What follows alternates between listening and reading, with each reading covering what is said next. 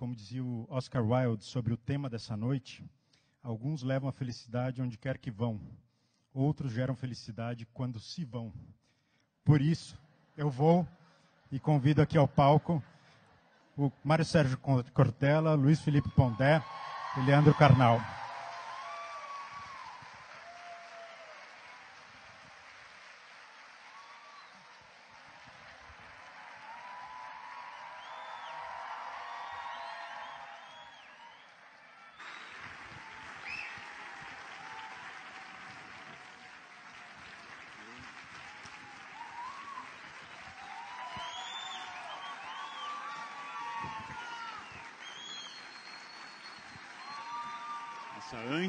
Antes da fala.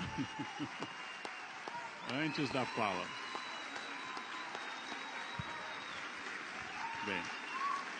Ok, muito obrigado, gente. Prazer voltar a esse espaço onde eu já estive. Um prazer para uma plateia que fez visíveis sacrifícios hoje.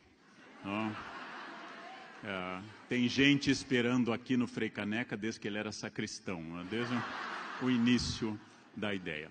E coube a mim, por uma eleição unânime, livre e democrática, dirigir os trabalhos.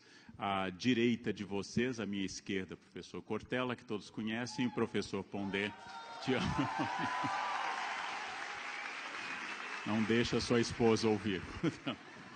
E o nosso modelo, por enquanto, será, eu vou fazer uma brevíssima introdução.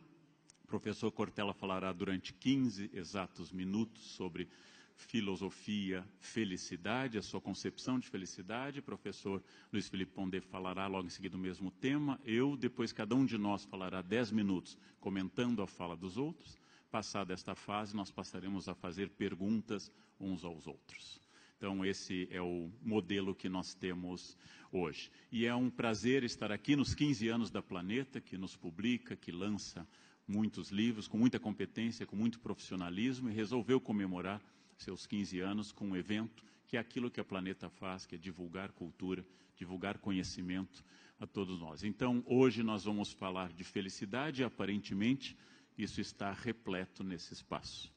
Posto que vocês bateram palmas de pé antes do evento, então agora vocês precisam achar uma manifestação para o final que exceda essa manifestação. Cuidado com as ideias, Carnal. Just in case.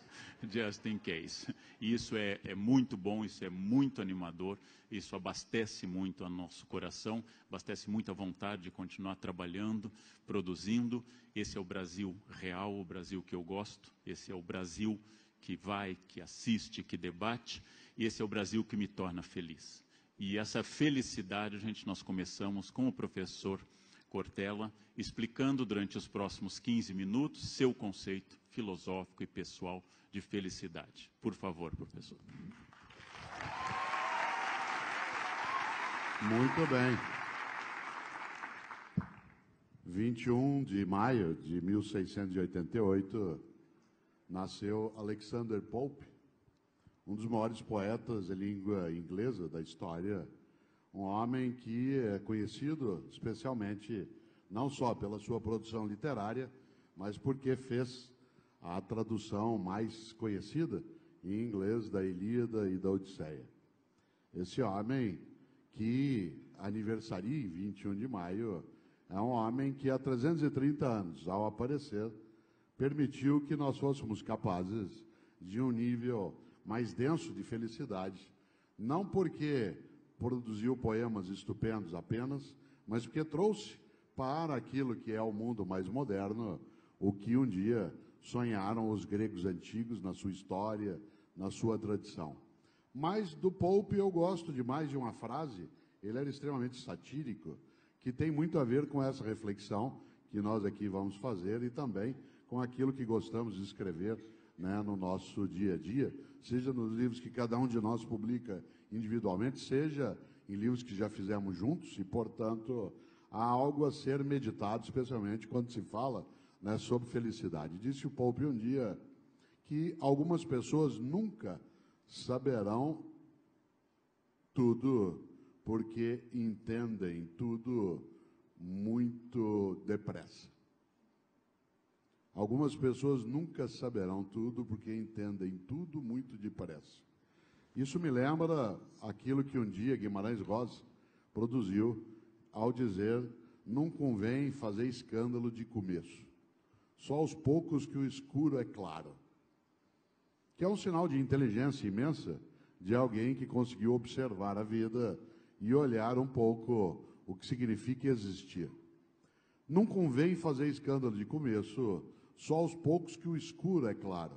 E o tema da felicidade, ele não pode ser banalizado, olhado de uma maneira menos densa, porque ele, em última instância, é aquilo que, de maneira geral, quase sempre nós dizemos que queremos ser, queremos ter, queremos encontrar. Portanto, a felicidade como nosso horizonte. Claro, o mesmo Guimarães é lembrado sempre quando afirmava que viver é muito perigoso. Claro, a vida nos cansa, nos alegra, nos anima, nos enfastia, nos perturba, nos machuca, nos produz agonia. Eu nasci em Londrina, no norte do Paraná, e há um grande escritor de Londrina também, chamado Domingos Pellegrini. Domingos Pellegrini resolveu um dia fazer algo que eu acho especial. Eu gosto muito de haikais. Acho o haikai uma coisa de uma inteligência imensa. Para mim, o melhor brasileiro, depois de Milor Fernandes para a produção de haikai, era o paranaense, como eu, só que de Curitiba, Paulo Leminski. Aliás, Leminski tem algumas ideias sobre vida que valem sempre. Ele dizia, por exemplo, para que cara feia, na vida ninguém paga meia. Para que cara feia, na vida ninguém paga meia. Ou disse um dia Leminski: tudo que li me irrita quando ouço Rita Lee. Tudo que li me irrita quando ouço Rita Lee. E é interessante porque um dia Domingos Pellegrini decidiu fazer haikai para gente como eu, que é caipira.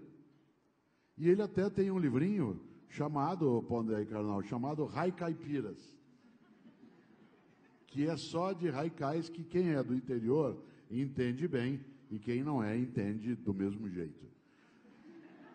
E dos haikais que ele ali produz, o que eu mais aprecio é um que um dia eu pude colocar nas redes sociais para a gente refletir, em que representa, no meu entender, o que é a vida e o que é a procura de circunstâncias de felicidade.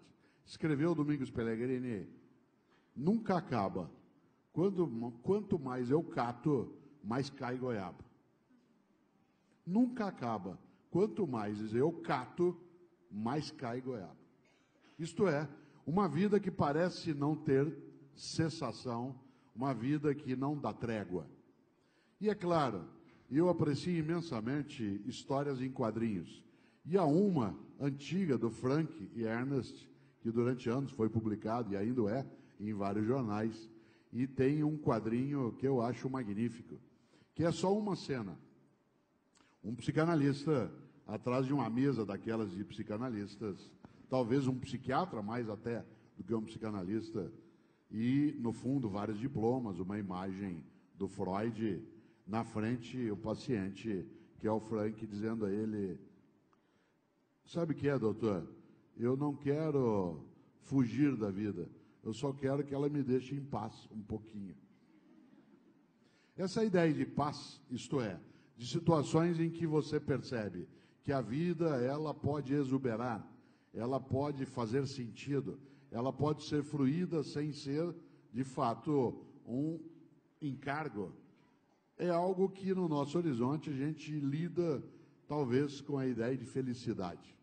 E uma das coisas mais tristes é que muita gente esquece, no meu entender, que felicidade não é um lugar onde você chega. Felicidade é um horizonte. E, obviamente, inatingível, como uma circunstância de permanência. Felicidade não é o que você, ao desejar, ao nela chegar, senta, repousa, relaxa e pode fruí-la. Há pessoas que dizem: um dia eu vou ser feliz. E eu digo: nunca o será. Afinal de contas, a felicidade não é um ponto futuro. A felicidade, ela é um desejo permanente, mas ela é uma circunstância provisória. Nenhum e nenhuma de nós é feliz o tempo todo. Aliás, uma pessoa que for feliz o tempo todo, feliz não é, ela é tonta. Afinal, a vida tem perturbações, ela tem percalços, ela tem dores, ela tem dificuldade. E alguém que se coloque como feliz de modo contínuo não entendeu a própria existência.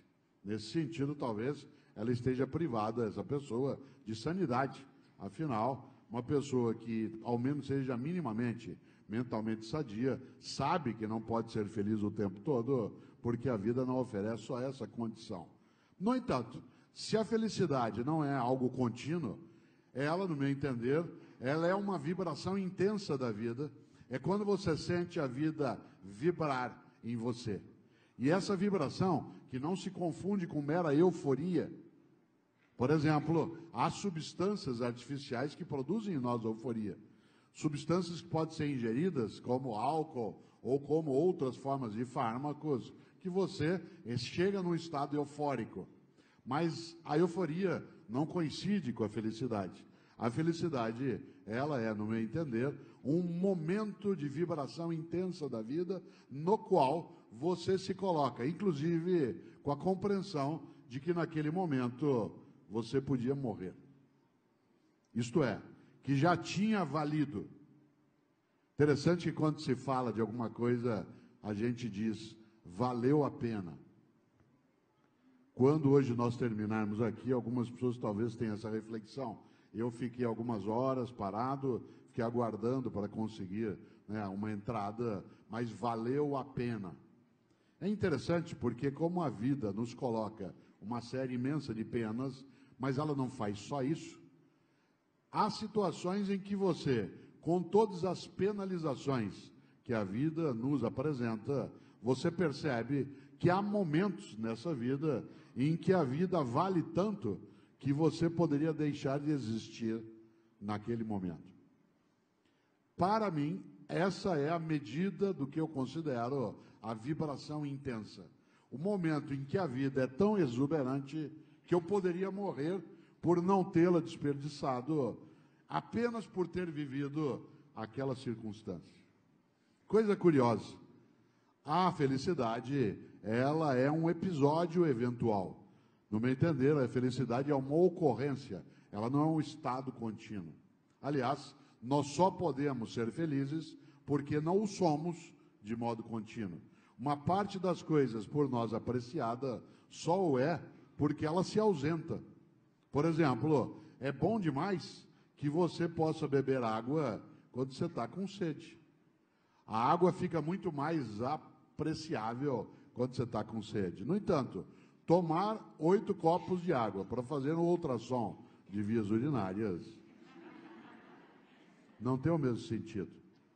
Eu gosto, de vez ou outra, de tomar uma cerveja, ou uma taça de vinho, ou uma dose de uísque. E eu gosto de fazê-lo porque eu não o faço sempre.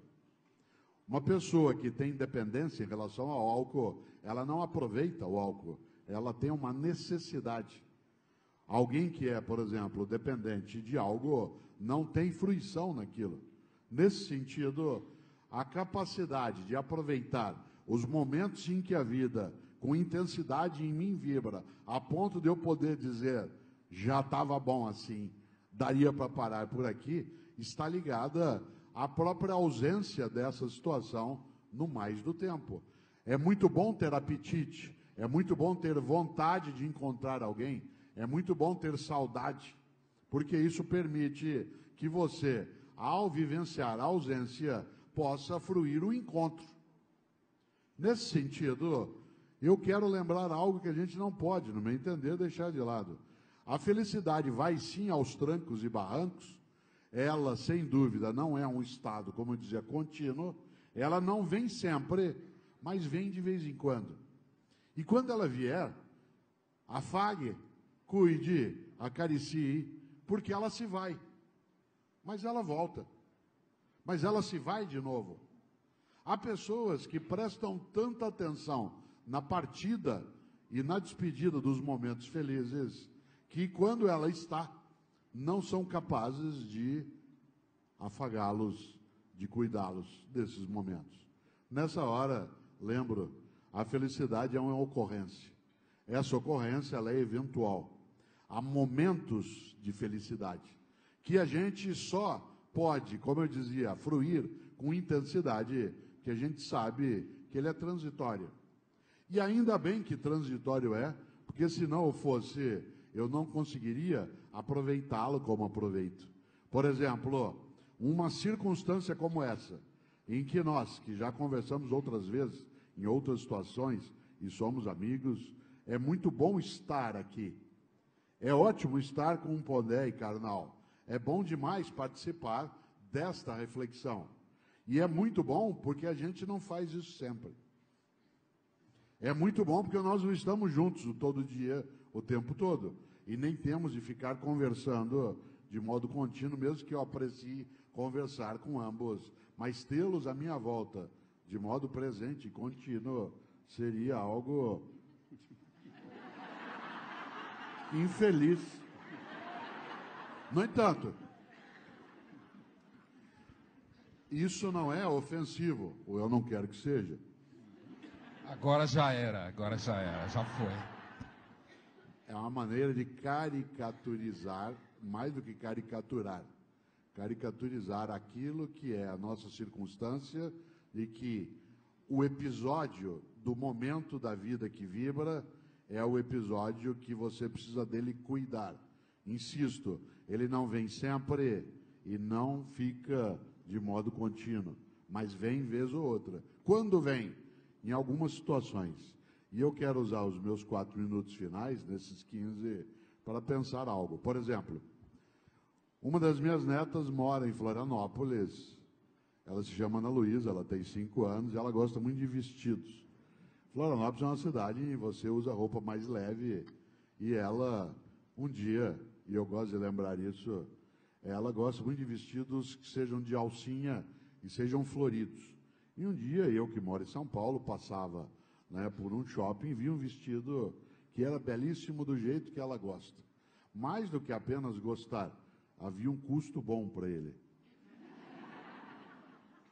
Há uma diferença, atenção, entre uma coisa que é cara e uma coisa que tem preço alto. Caro é aquilo que não vale. Há coisas na nossa vida que o custo é alto, mas não é caro. Há várias coisas que você e eu gostamos de ter, que o preço é mais alto, mas ele não é caro. Caro é aquilo cujo preço é muito superior ao valor daquilo. E nesse sentido você diz, isso é muito caro. Isto é, não vale isso. Claro, algumas pessoas poderiam dizer isso em relação à própria vida, mas voltando a esse polo, o vestido tinha um custo bom demais. Eu comprei, fui a Florianópolis, eu tinha uma atividade lá, e fui visitar, né, ali a Ana Luísa, que estava na escola. E aí a Ana Carolina, minha filha, mãe da Ana Luísa, ela foi buscá-la na escola. No caminho ela contou para a Ana Luísa que eu tinha trazido um presente. E não disse o que era. Quando a Ana Luísa chegou, que ela entrou na casa, que ela me viu, ela veio correndo na minha direção e foi subindo em mim. Ela foi me escalando. Não sei se já teve a sensação de ser escalado por uma criança. Isso é algo inesquecível. E aí, é claro que ela estava naquela euforia, naquele momento, também por causa do presente. Não só por isso, mas também por isso.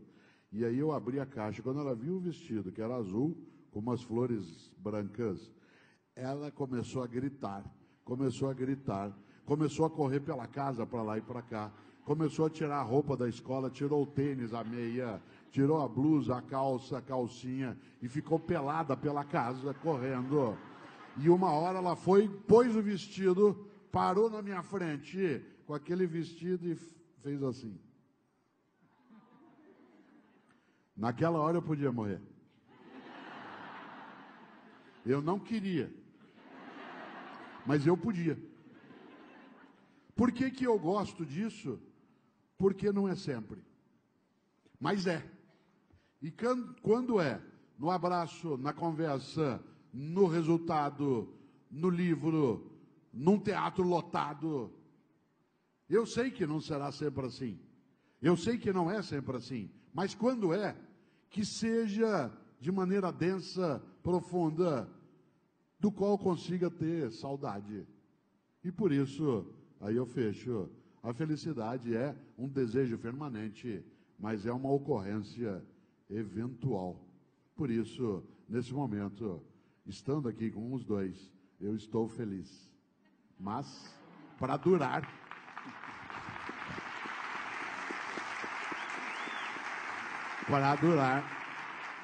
Para durar bastante, que isso aconteça, é preciso que eu não esteja com vocês sempre. Ele repetiu a ideia, Karnal. Muito obrigado, professor Cortella. Então, os próximos 15 minutos pertencem ao professor Luiz Felipe Ponder. Bom, boa noite. É um prazer estar aqui com vocês. É uma honra, sabendo a dificuldade que foi chegar aqui. É um prazer estar com os colegas. Eu agradeço à Editora Planeta. De fato, faço minhas as palavras que o Karnal tinha dito, e é sempre bom ter a chance de a gente poder trocar ideias, e sem dúvida nenhuma isso é algo que nos faz acreditar que, apesar de muito do que se fala, o Brasil está num momento muito bom. E eu dizendo que o Brasil está num momento muito bom deve significar muita coisa, né, Karnal? Já que ele acha que eu sou um Schopenhauer encarnado nos trópicos, o que não é exatamente verdade, mas assim... olha, eu diria que felicidade nunca foi um tema que me ocupou muito, né?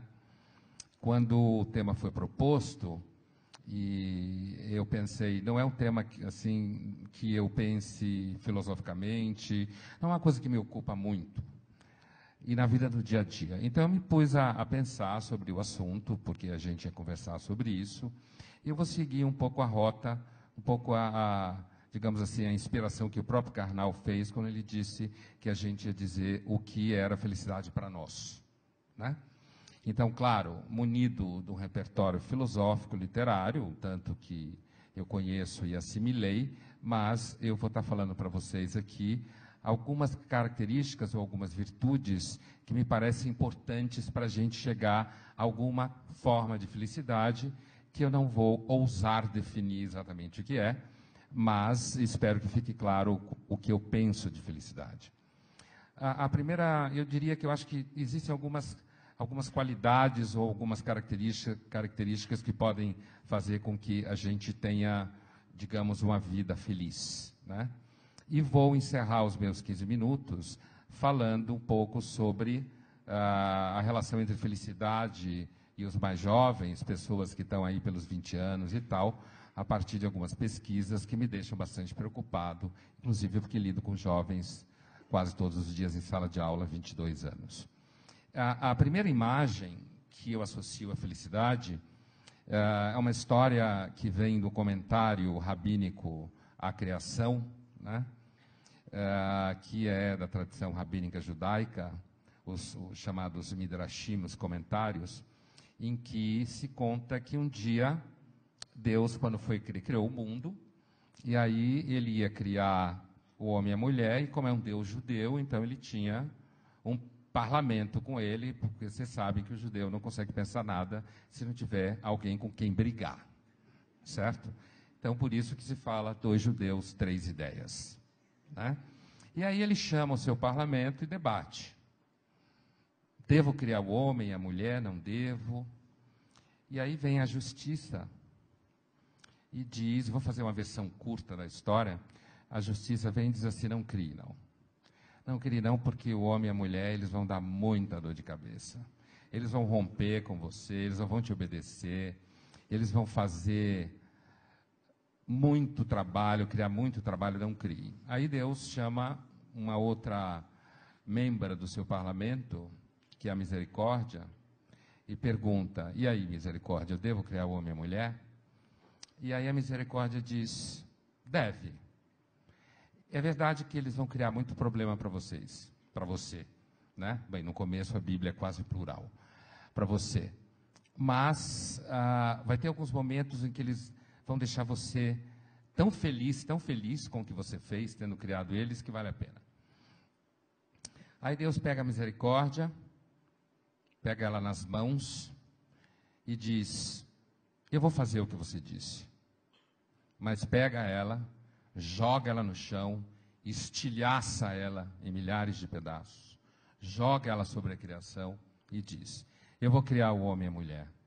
Agora eu vou fazer com que eles passem o resto da vida buscando cada fragmento de misericórdia na face da terra. Essa história, que tem algumas versões dela, mas ela me lembra a ideia de felicidade, primeiro pelo que a misericórdia diz, e depois pelo que a misericórdia é.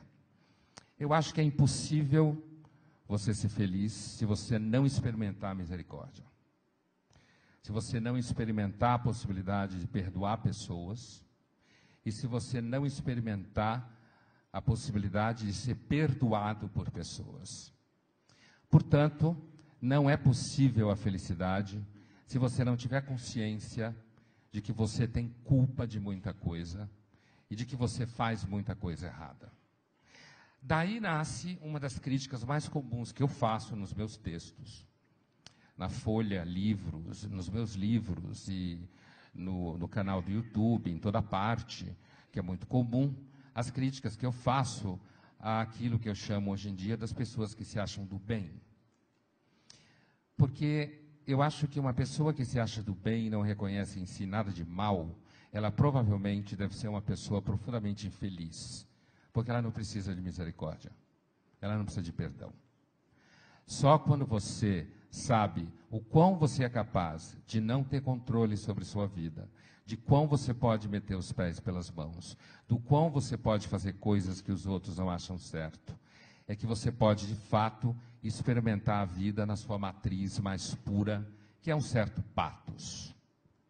Então, daí está a primeira coisa, né? Eu relaciono a possibilidade de felicidade a uma certa capacidade de reconhecer em si mesmo a impossibilidade da plenitude, a impossibilidade da perfeição, a impossibilidade do bem absoluto e a impossibilidade de se identificar com esse bem. Daí vem muito das críticas que eu faço em muitos lugares, em questões mais pontuais. Porque eu acho que a gente sofre, eu já escrevi isso várias vezes, eu tenho a impressão que a nossa época, uma das coisas que vai marcar a nossa época, é como sendo uma das épocas que mais se mentiu na face da Terra. E as pesquisas que comparam Google com Facebook têm provado isso. O que eu acabei de dizer pode levar vocês a já ter uma outra dica sobre o que eu penso, uma outra forma que eu penso de felicidade, né? De como a gente pode compreender felicidade ou do que pode ser necessário para a gente ter uma experiência de felicidade. Nesse sentido, eu estou colocando a felicidade muito mais no lado da capacidade de se reconhecer dependente, da capacidade de se reconhecer necessitado e insuficiente. Tem uma frase de um romance que eu gosto muito, que muitos de vocês já leram e conhecem, que é um romance do Tolstói, que é a Ana Karenina, que começa com uma famosíssima frase sobre felicidade, que é a seguinte, mais ou menos assim, é a primeira frase que abre o romance, não é tipo no começo, é a primeira frase. Todas as famílias felizes são felizes da mesma forma. As infelizes o são, cada um da sua forma.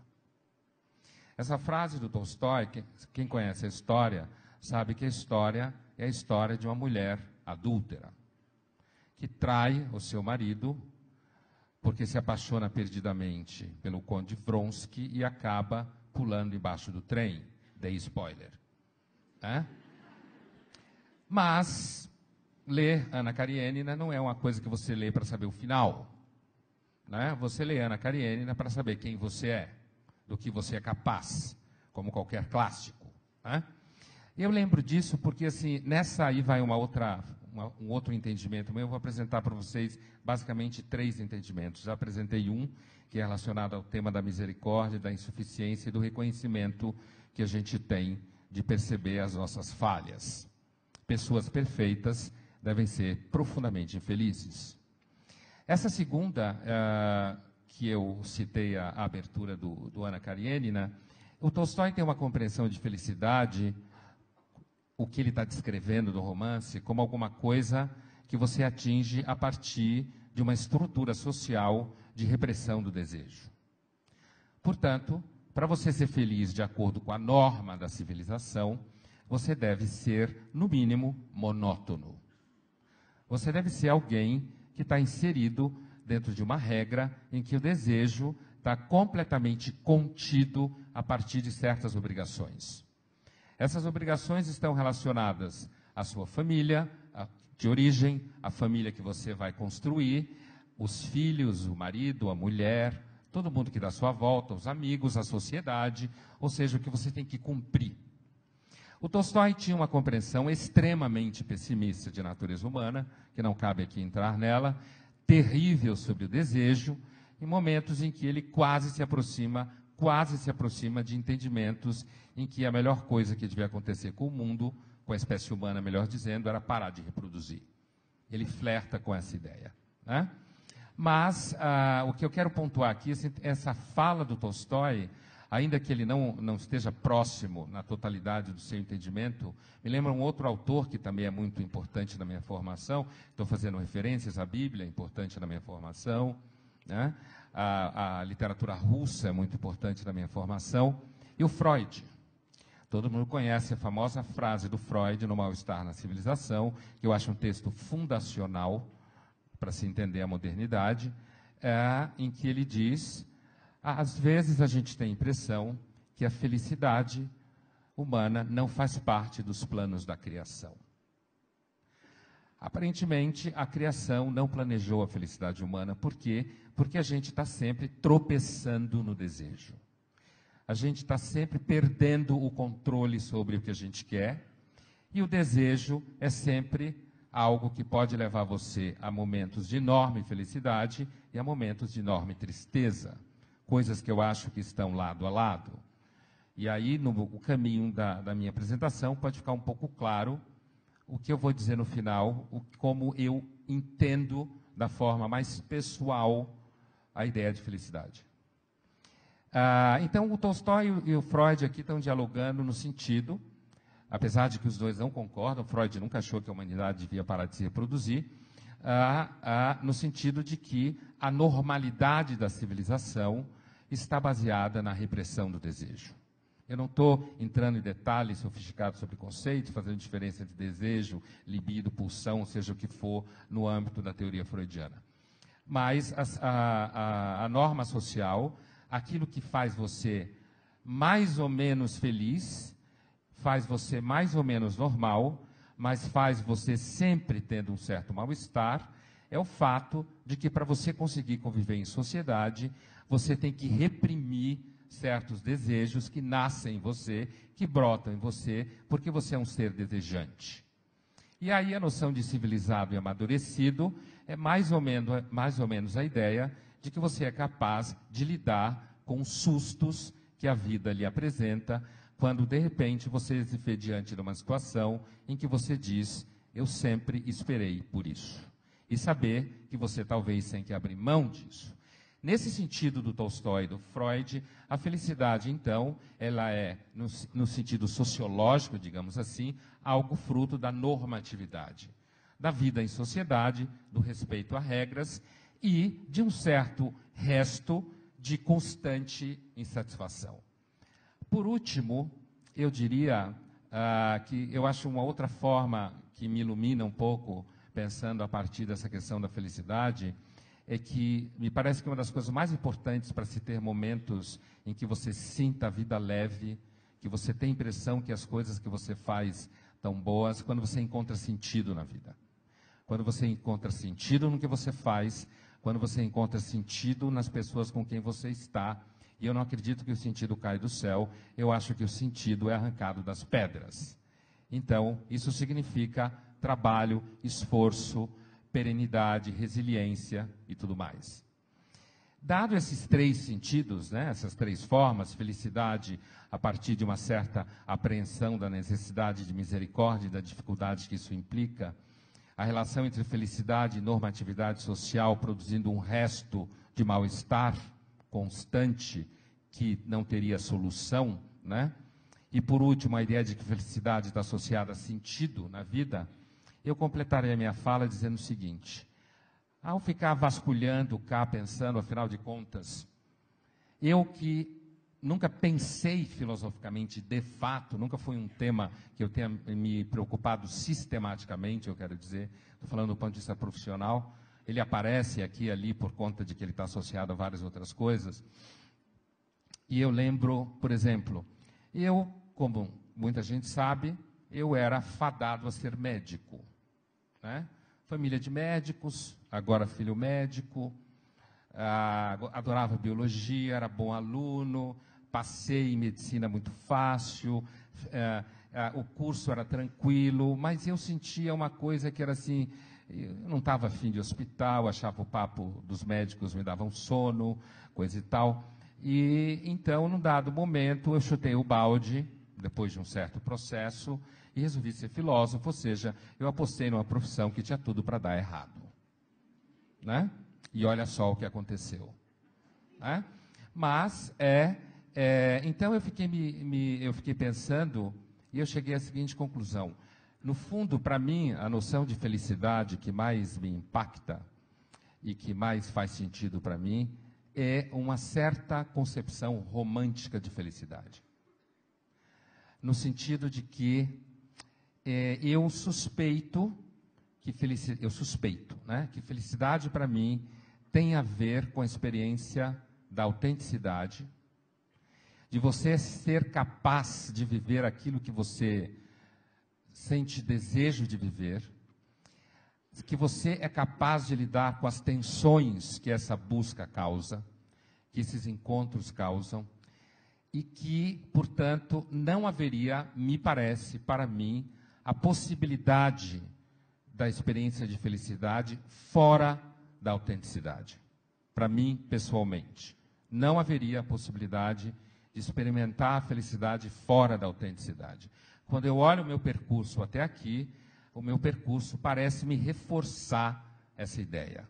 Portanto, nesse sentido, a felicidade, para mim, está intimamente associada a você poder viver paixões e, logo, portanto, ela está ligada à coragem. Talvez duas coisas que se excluam de forma fundamentais sejam covardia e felicidade. Eu diria, por fim, que eu acredito que uma das virtudes mais necessárias para a felicidade é a coragem. Obrigado.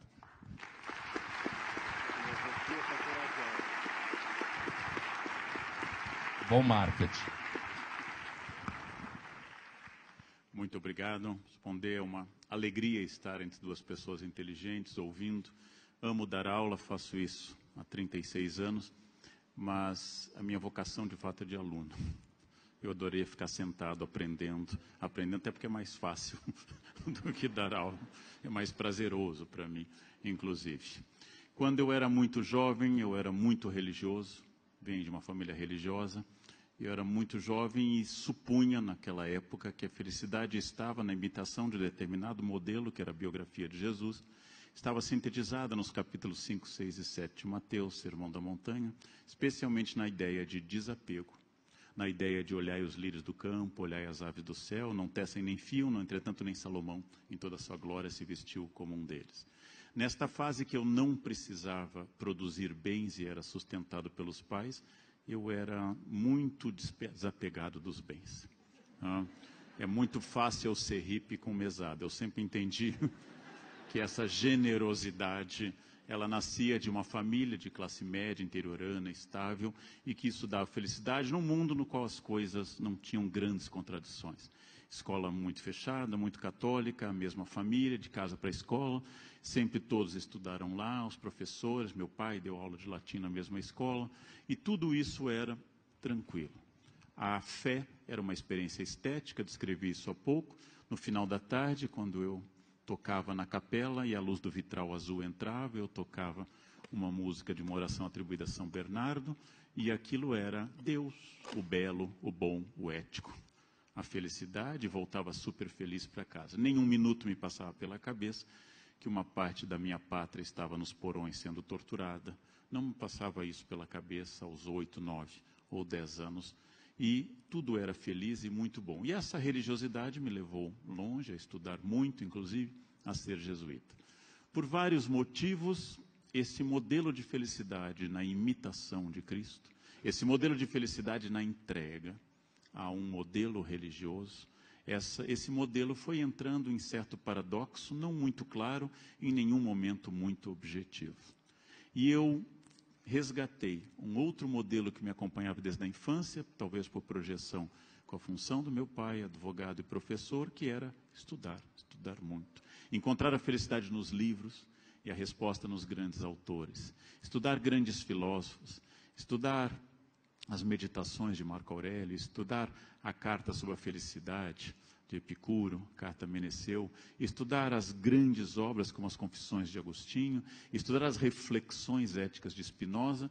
Cada vez que eu descobria mais, eu ficava mais feliz. Li O Príncipe de Maquiavel, obra póstuma de Maquiavel, com muita alegria, descobri muitas coisas. E aí li logo em seguida que toda a teoria estética de Maquiavel não estava no Príncipe, estava na Mandrágora, sua maior peça. Então me dediquei a ler a Mandrágora, peça de teatro extraordinária, muito bem feita, e ao final o comentarista dizia, mas a sua concepção de história está nos comentários das décadas de Tito Livio. Então fui ler essa obra, e lá se disse que, na verdade, a história de Florença de Maquiavel, em 2 grossos volumes, era o que abriria a porta dessa felicidade. E entrei num ciclo ansioso de ler sem parar, ler os livros do meu pai, ler livros fora, até que a primeira vez que visitei a biblioteca de Washington e perguntei por curiosidade na maior biblioteca do planeta, a bibliotecária, o que havia sobre Brasil na biblioteca, e ela me mostrou uma ala de várias centenas de metros de prateleiras, dizendo que ali estava o Brasil República. E se eu acompanhasse, eu teria outra parte sobre Império e Colônia. Entendi que se eu dedicasse 16 horas por dia, durante todo o resto da minha vida, eu não leria Brasil República. Eu entendi uma coisa libertadora, que eu estava perseguindo talvez aquilo que no romance A Náusea de 1938, Sartre coloca em um intelectual equivocado, que acha que ler a biblioteca em ordem alfabética seria a chave do seu conhecimento e da sua libertação. Abri mão do número, apesar de amar ler e ler muito, como eu já tinha aberto mão um dia da fé. Mas entre os livros que eu descobri, estava uma encadernação muito bonita do meu pai sobre o Fausto de Goethe, no qual o Dr. Fausto é um filósofo entediado, um pleonasmo. Ele é um doutor da universidade, entediado, não sabe o que fazer, e ele pensa em se matar no fim da tarde, uma ideia comum, boa, prática. Prestes a tirar sua vida, ouve o sino com o Ângelus, ouve o sino das 6 da tarde, e ele se arrepende um pouco do seu gesto, e logo em seguida lhe aparece o espírito tentador na figura de Mefisto. Mefistófeles, Mefisto, promete a ele que vai dar tudo o que ele quiser para sair dessa melancolia causada pela proximidade do planeta Saturno, segundo a crença da época, causada por uma bilis negra que deprimia. Essa melancolia seria curada se ele tivesse tudo para ser feliz. E a condição de ele entregar a alma é dizer a um momento: para, és belo. Para, momento. A partir de agora, está lindo. Talvez seja como o momento que o Cortella descreveu com a neta. Se Cortella dissesse: para, é belo, Mefisto desceria em Florianópolis e levaria sua alma imediatamente. Feita a condição, assinado o contrato, como de árbitro com sangue, começou a pedir as coisas usuais. O que vocês pediriam? O que eu pediria? Dinheiro infinito. O amor da única mulher que ele amou e não correspondeu, Margarida. Depois todo o poder do mundo, depois a liderança de todos os exércitos, e tudo que ele ia obtendo, o amor de Margarida, o dinheiro, os êxitos, tudo parecia incompleto. Nada parecia trazer a plena satisfação.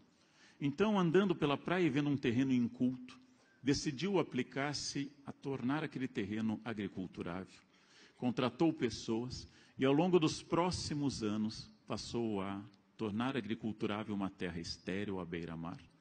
E num certo final de tarde, olhando seus camponeses felizes cantando, olhando o trigo no horizonte, olhando o pôr do sol, ele entendeu, claro que o autor era um alemão, que o trabalho era felicidade. Óbvio, o autor era alemão, jamais seria um velho calção de banho um dia para vadiar, não seria em Itapuã, mas no empreendimento em Itapuã, né? Ele era um alemão. E dizendo isso, Fausto deixa escapar a frase fatídica: para, és belo. E aí, Mefisto vem.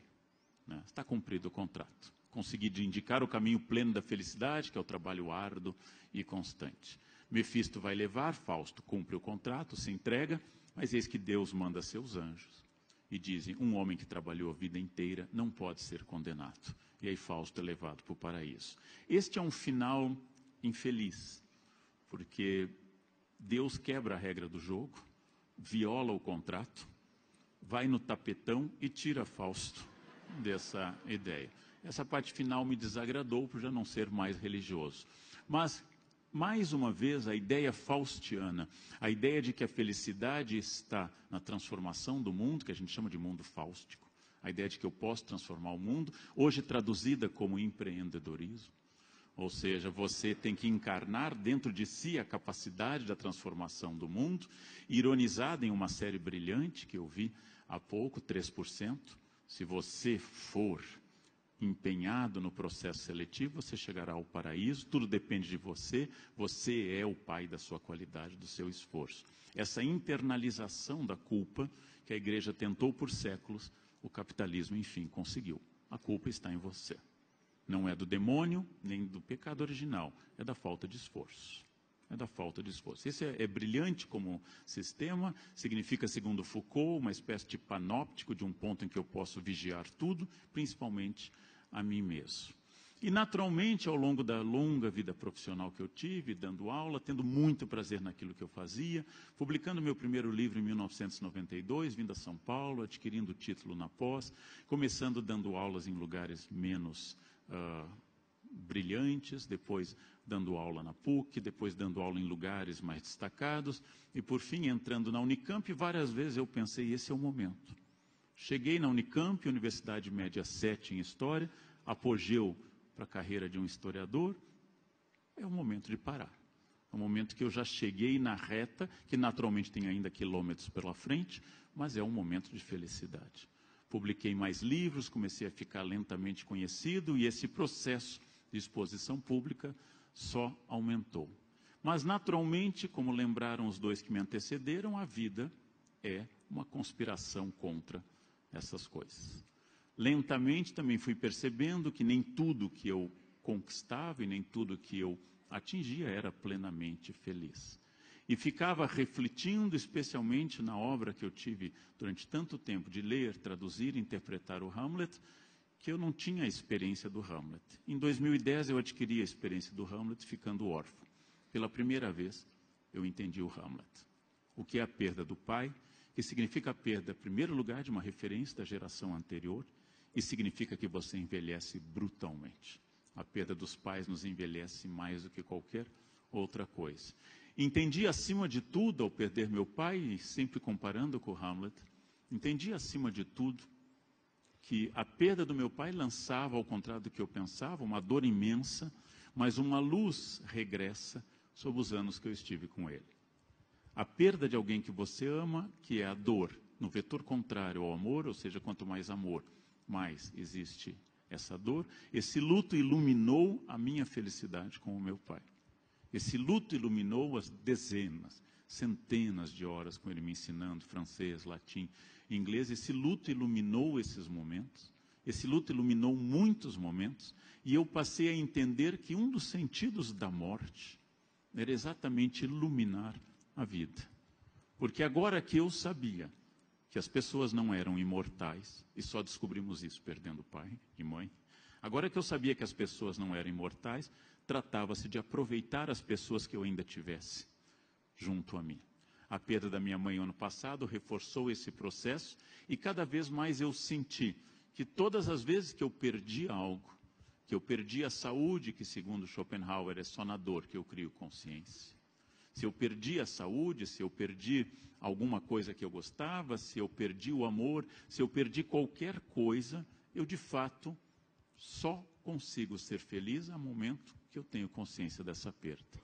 A dor foi ressignificada, ela existe uma dor aguda dentro de mim, pelo caráter recente dos acontecimentos, mas eu entendi claramente que agora eu me senti amado, valorizado, inteiramente iluminado pelo amor da minha mãe, exatamente porque ela não está mais aqui. E a partir desse momento, minha relação com as poucas pessoas que são muito próximas eu tenho relações com o mundo, mas poucas pertencem a esse inner circle. As poucas pessoas que eram muito próximas, essas pessoas eram muito importantes. A felicidade não estava, como eu havia refletido, em imitar os macacos bonobo. Das grandes espécies de símios, os bonobos são os mais parecidos conosco. 98,7% do nosso DNA é idêntico aos macacos bonobo. E aí uma coisa muito curiosa. Qual é a atitude desses chimpanzés, os bonobo? Eles transam sem cessar o dia inteiro. Os bonobos fazem sexo macho com fêmea com fêmea, macho com macho e com os filhos. O tempo todo. E assim eles não têm nenhuma tensão ou guerra como tem os gorilas, como tem os orangotangos e os grandes chimpanzés. A propósito, os bonobos são os animais mais parecidos conosco. Freud, citado pelo Pondé, havia dito com clareza: cultura existe em função dos dois textos, de 27 e 30, ou seja, futuro de uma ilusão e o mal-estar na cultura, na civilização, 27 e 30, que a repressão criava a civilização. Mas também entendi que esse projeto dos bonobo não era ideal. Tem algum momento que você teria que parar, tomar água, né, suspirar, que não poderia ser. Tive uma curta fase bonobo na minha vida, passou por vários motivos, um deles é ter sentido o vazio disso, e que, na verdade, a felicidade não estava nem de ter tido uma fé muito intensa, não estava em buscar o conhecimento acima de tudo e com uma sede quase obsessiva por conhecimento, não estava na sexualidade, não estava nas conquistas materiais. E é claro, todas as conquistas materiais são boas, especialmente quando houve, como lembrou o professor Cortella, quando houve falta. Dividindo uma escrivaninha com 13 irmãos no Rio Grande do Sul, o meu sonho de uma escrivaninha única era forte, era um desejo, e crescia comigo intensamente. Chegando a São Paulo, morando em uma pensão, a mesa que me deram mal cabia a máquina de escrever. Jovens, anotem a palavra, depois o tio explica melhor. E eu sonhava com uma escrivaninha. Ao me mudar para o ponto que eu estou hoje, do qual me mudarei em breve, comprei uma escrivaninha gigantesca, sob medida na parede, com espaço para 2 computadores, muitos livros, muitas gavetas. E toda vez que eu sento nela, eu sou invadido por uma felicidade profunda, porque eu lembro dos muitos momentos que eu quis uma escrivaninha só minha e não tinha. Então, dessa falta gerou uma felicidade que eu sinto dos meus alunos milionários, às vezes, que não têm, porque nunca sentiram falta nem da escrivaninha, né? Nunca viajaram de classe econômica. A minha alegria na classe executiva é por ter feito 8 viagens à China de classe econômica. Então, a classe executiva ganha um privilégio enorme. E para encerrar, considerando o meu minuto final, eu fui percebendo que não está nas metas, ou no recorte, ou usando uma palavra um pouco mais elaborada, na epistemologia com que eu atingiria esse conhecimento da felicidade, mas estava na maneira intensa que eu me entregasse a esse momento. Não é preciso ser bonobo, mas não é preciso ser Madre Teresa de Calcutá. Não é necessário transar 10 vezes ao dia, mas também não é a felicidade atingida pela castidade permanente. Não é necessário ler sem parar. É necessário tornar aquela leitura feliz, transformadora, em algo que vem a mim e volta na maneira de um aprendizado, de um questionamento e assim por diante. Não é necessário ter muitos amigos, mas a partir da experiência da morte, valorizar aqueles poucos amigos como momentos únicos e felizes. E, acima de tudo, entender algo ambíguo com que eu vou encerrar, que nesse momento, estando em um teatro, com tanta gente querendo ver e ouvir, com tanto carinho, com tantos sinais corporais desse afeto, de palmas, de fotos que não pararam um minuto desde que a gente entrou, de filmagens, de gente mandando pelo cyberespaço, estou aqui com eles, kkkk, né? Nesse momento, em que o carinho de vocês é visível, palpável, quase tangível no ar, eu sou muito feliz, não porque apenas vocês gostem dessas pessoas, dos nossos textos, mas eu sou feliz porque, apesar do carinho e da extrema honra que é ser amado pelo público, eu entender hoje que eu seria o mesmo Leandro se ninguém estivesse nesse teatro. Eu seria a mesma pessoa. E isso, gente, levei 55 anos para deduzir. Então, eu espero nos próximos anos continuar descobrindo isso, que as pessoas que me amam são ótimas. As pessoas que me odeiam também são ótimas, porque ambas estão falando do seu sentimento e não do meu. As pessoas que estão aqui apoiando são maravilhosas, as que postam na internet odeio lendo também estão no mesmo jogo afetivo delas, falando sobre elas, e que eu tenho que atingir não a indiferença estoica, não a indiferença de uma ataraxia, conceito filosófico, mas a tranquilidade de não deixar que a minha felicidade dependa da opinião alheia, mas apenas do meu exame diário de consciência, que eu herdei da Companhia de Jesus e nunca abandonei, e de olhar no espelho e dizer, está aí, está dando, está envelhecendo, mas vai, ainda aproveita esse momento final, tenta alguma dignidade, tenta controlar a alimentação, mas daqui para a cova é reto. Não importa, gente, o que eu vou fazer. Importa como eu me comparo para poder aproveitar esse momento mágico que vocês estão valorizando. 3 professores, isso é muito bonito no Brasil, nesse momento mágico, mas entender que esse momento é muito especial, mas que a felicidade não pode depender do número de estrelas que um crítico dá ao seu livro, ou de um número de obras vendidas. Ela tem que ser muito mais do que isso, senão, como diz Marco Aurélio, a felicidade é do outro e não minha. Muito obrigado.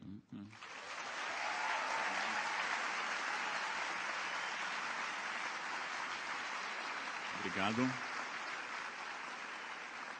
Nós temos a etapa seguinte, vamos inverter a ordem como combinado. Primeiro, o professor Luiz Felipe Pondé vai comentar os nossos comentários pelos próximos 10 minutos. Por favor. Bom,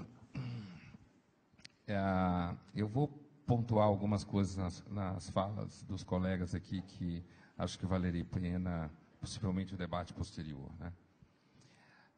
Uma coisa que o Cortella falou, essa relação entre a felicidade e quase que uma consciência do que pode acontecer, da morte, do fim.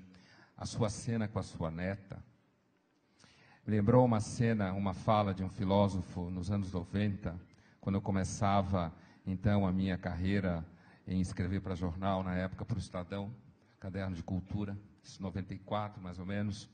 Então, eu estava na França e eu fazia uma série de entrevistas, e foi a primeira vez, depois eu via encontrá-lo umas 3 vezes para entrevistá-lo, depois já para a Folha, o alemão Peter Sloterdijk. E ele me recebeu na sua casa e partilhamos um gosto comum, que é fumar charutos, né? E a então esposa dele cozinhou o almoço para nós, e ele tinha uma filha pequena chamada Mona, que hoje é uma mulher, que está lá pelos 23 anos de idade, mais ou menos, e que ela ficava andando embaixo da mesa e passava por baixo da nossa perna, a gente levando uns papos super cabeça, e ela fazendo isso, num dado momento ela para, olha para mim e abre um sorriso enorme. E aí o Sloterdijk fala para mim assim, veja só, Pondé, se a gente pudesse fotografar o rosto dela nesse momento, e depois mostrar para ela, porque ela nunca mais vai ser tão feliz na vida. Porque depois que ela crescer, depois que ela conhecer toda uma gama de pressões que a gente sofre, e eu acho que essas pressões são, inclusive, muitas vezes a gente cede a elas para sobreviver, né? E a gente acaba acreditando em determinadas coisas para sobreviver.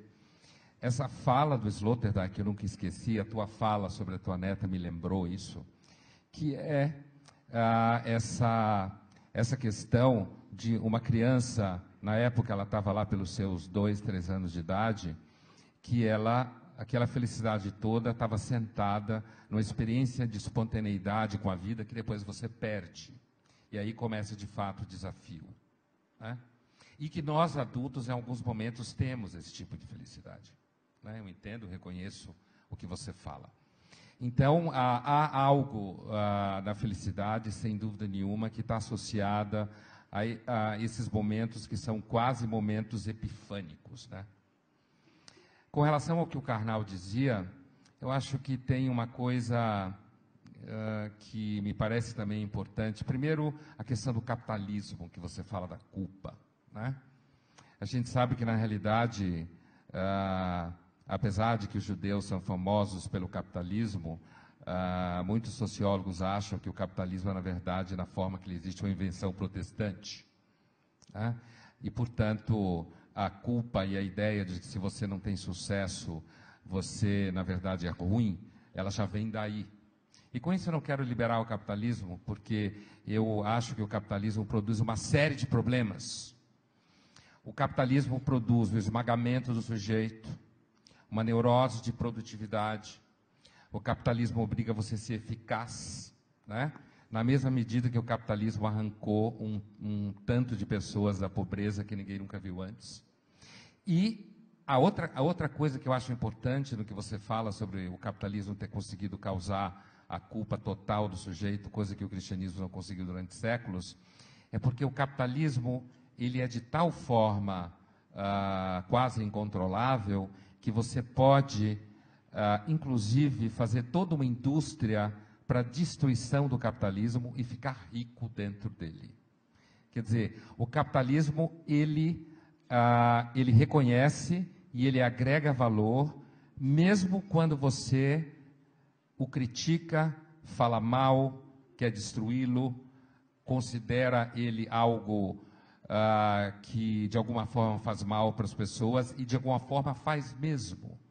O que eu acho, do ponto de vista da felicidade, ou do ponto de vista desse sentimento terrível que a gente tem hoje, muitas vezes, de que você foi incapaz de vencer nessa história do empreendedorismo do qual você fala, né, que é o nome chique para você pensar em si mesmo como uma empresa. Eu, na verdade, acho isso tudo muito brega no capitalismo, né? Eu acho isso muito brega. Você pensar em você como empresa, pensar em crise como oportunidade, dizer que não tem amigos, mas sim networking, dizer que você está o tempo inteiro querendo produzir. Só que uma das coisas mais ambivalentes que me chama a atenção é porque justamente essa qualidade do capitalismo é que produz um discurso muito recente, de certa forma, que é um pouco relacionado ao discurso que eu falava antes, que é essa coisa de todo mundo querer ser do bem, todo mundo querer agradar, todo mundo querer propor uma solução para as coisas, estar sempre do lado daquilo que é certo. E aí, para mim, isso é uma coisa que para mim causa um espanto, como eu dizia na minha fala no começo, e aí eu vou voltar à frase do Tolstói, a segunda parte dela que eu não comentei, né? Que a segunda parte é cada família triste, é triste da sua forma. O Tolstói está fazendo uma diferença entre a felicidade como sendo alguma coisa que acontece em níveis estatísticos altos, uma vez que você estabelece e segue a norma, e a infelicidade, a tristeza da frase, está associada ao fato da diferença, da singularidade e de alguma coisa que não se repete. É claro que o Tolstói está colocando a capacidade criativa do lado da infelicidade na frase dele. Então, eu confesso que eu não tenho certeza. Uma outra coisa que você falou que me chamou muito a atenção foi um momento que você quase citou o Nelson Rodrigues, quando o Nelson Rodrigues conta que quando ele escreveu a primeira peça dele, ele ficava mendigando boas críticas, né? A gente sabe, eu acho que o Nelson Rodrigues é o maior moralista no Brasil, no sentido filosófico. Moralista, em filosofia, significa alguém que olha a natureza humana no sentido profundo. E que ele passou grande parte do primeiro momento em que ele escreveu a sua primeira peça, mendigando, depois a segunda peça, mendigando que os amigos falassem bem, mendigando que os críticos escrevessem, dessem as tais 5 estrelas, que o teatro ficasse cheio, né? E que ele chegou num dado momento em que ele ficou tão cansado, que ele percebeu que ele não aguentava mais querer ser tão amado. E aí ele faz uma relação direta entre essa superação do desejo de ser plenamente amado o tempo inteiro pelo cansaço de querer ser amado. Eu acho que isso tem um pouco a ver com o que você dizia também. Quer dizer, O Nelson também é conhecido como aquele que diz assim: eu tive tanto medo, eu tive tanto medo, eu tive tanto medo, que uma hora eu cansei de ter medo. E a partir do momento que eu cansei de ter medo, eu resolvi dizer exatamente o que eu penso. E não dizer mais aquilo que eu acho que tem a ver com o que a gente deve dizer e entrar na norma a qual me referia na frase do Tolstói ou na fala do Freud. Então, o que me chama a atenção, eu acho que você tocou nessa questão da superação do desejo de ser amado, que é uma das questões centrais na ideia de felicidade mesmo, do ponto de vista psicológico.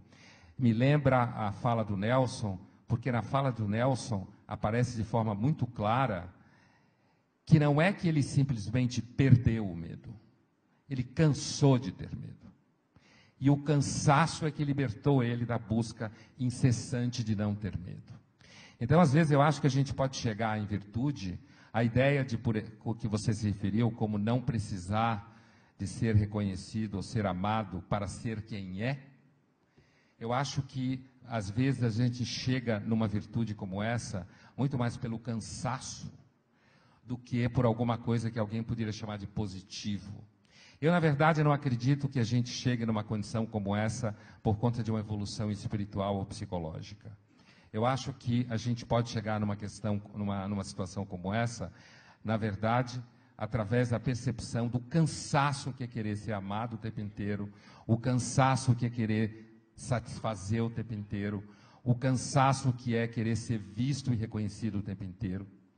E aí eu volto à contradição do capitalismo no começo, que eu me referia na tua fala, porque ao mesmo tempo em que isso de fato isso pode gerar um enorme cansaço, ao mesmo tempo isso é que torna possível a realização da vida numa enorme medida. E aí me parece que há, tanto na fala do Cortella, na questão que eu pensei, como na tua questão, Karnal, uma relação muito grande com a ambivalência. E com a dimensão de ambivalência que a gente vive no mundo contemporâneo.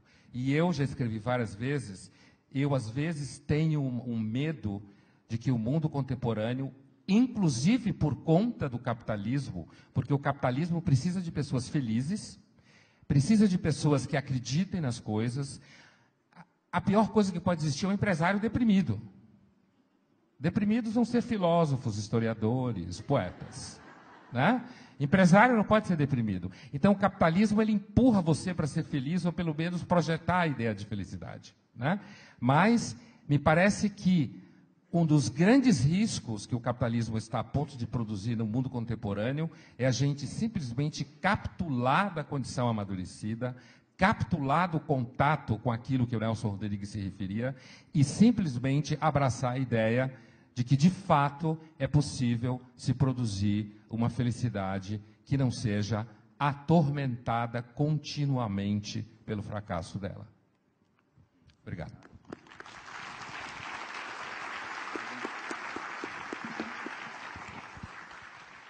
Cortella, por favor. Eu queria retomar um pedaço muito bom daquilo que o Pondé falou, quando fez uma identificação entre felicidade e coragem. Porque, embora nem todo corajoso, isto é, a pessoa que tem a capacidade de enfrentar seus medos, ela se torne feliz apenas porque corajosa é, o inverso, no meu entender, é verdadeiro. Isto é, todo covarde, ou todo, para usar uma expressão antiga, todo pusilânime, ele é infeliz, porque ele se envergonha de sê-lo. E, portanto, embora a coragem não nos ofereça sempre o mérito mais elevado, a pusilanimidade, a covardia, ela nos amargura, porque eu sei quem sou. E quando covarde sou, em relação à vida, ao enfrentamento, à vida coletiva, à política, eu sei que o sou. É interessante porque essa conexão que você faz, ela marca uma das condições que, no meu entender, é a substância também da felicidade. Quando o Karnal relembra da trajetória profissional, e você o tem, e eu também, né, quantas vezes eu me sinto bem, e eventualmente até fico feliz comigo mesmo, de não ter me acovardado por ter feito algumas coisas, entre elas, ter feito filosofia. numa época, inclusive, eu tenho mais idade que ambos, em que isso não era apenas, né, algo que não era bem entendido, né, num circuito, né, dentro de uma nação como a nossa, que vivia um momento de ditadura, como, além de tudo, era considerado próximo à vadiagem. Ainda é. Claro que precisa coragem para deixar a medicina numa família com a tradição tua, que teu filho resgata sendo médico, né? Portanto, ele retoma um salto dado. Claro que precisa coragem para deixar de ser jesuíta. Né? Isto é, alguém que rompe, né, com uma determinada convicção.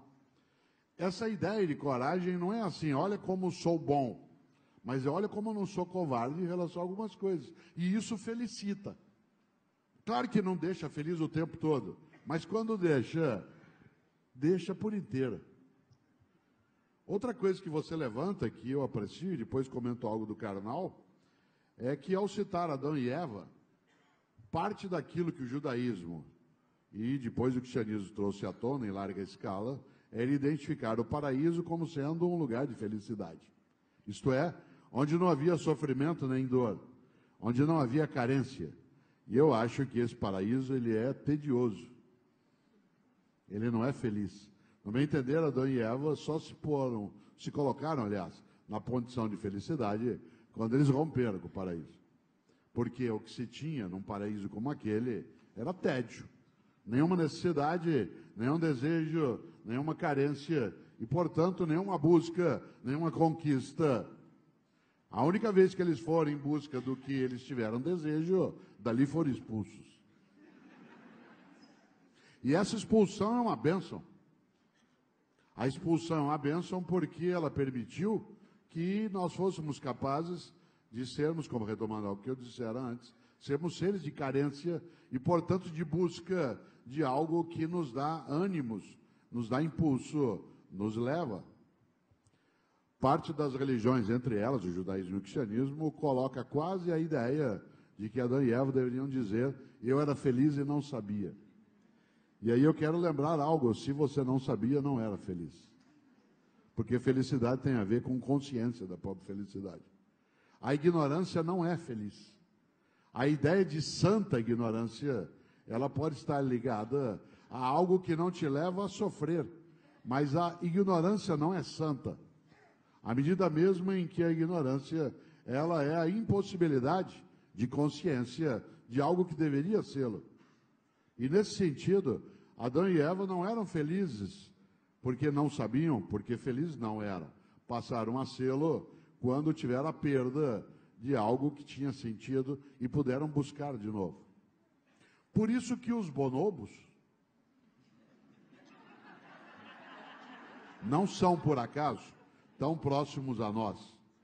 Você lembrou bem, no genoma, no mapeamento genético, entre mim e um bonobo, há 98,7% de coincidência do equipamento genético. Isso eu que sou filósofo. Tem gente que é 99,6%. Né? Alguns torcedores de alguns times é 99,9%.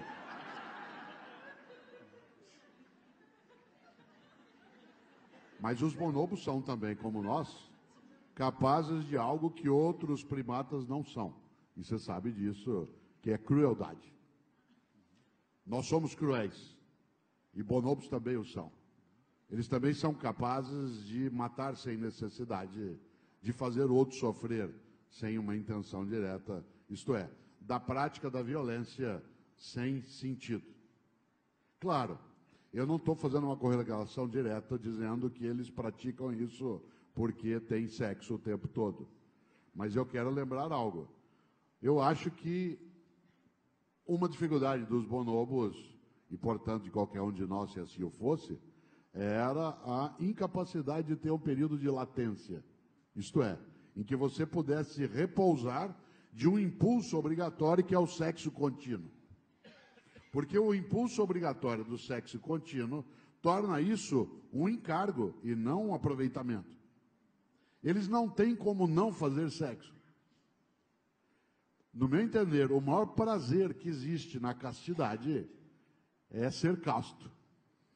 Né? Isto é, pessoas que se colocam à condição de castidade, elas dão, nas suas várias religiões, um prazer imenso.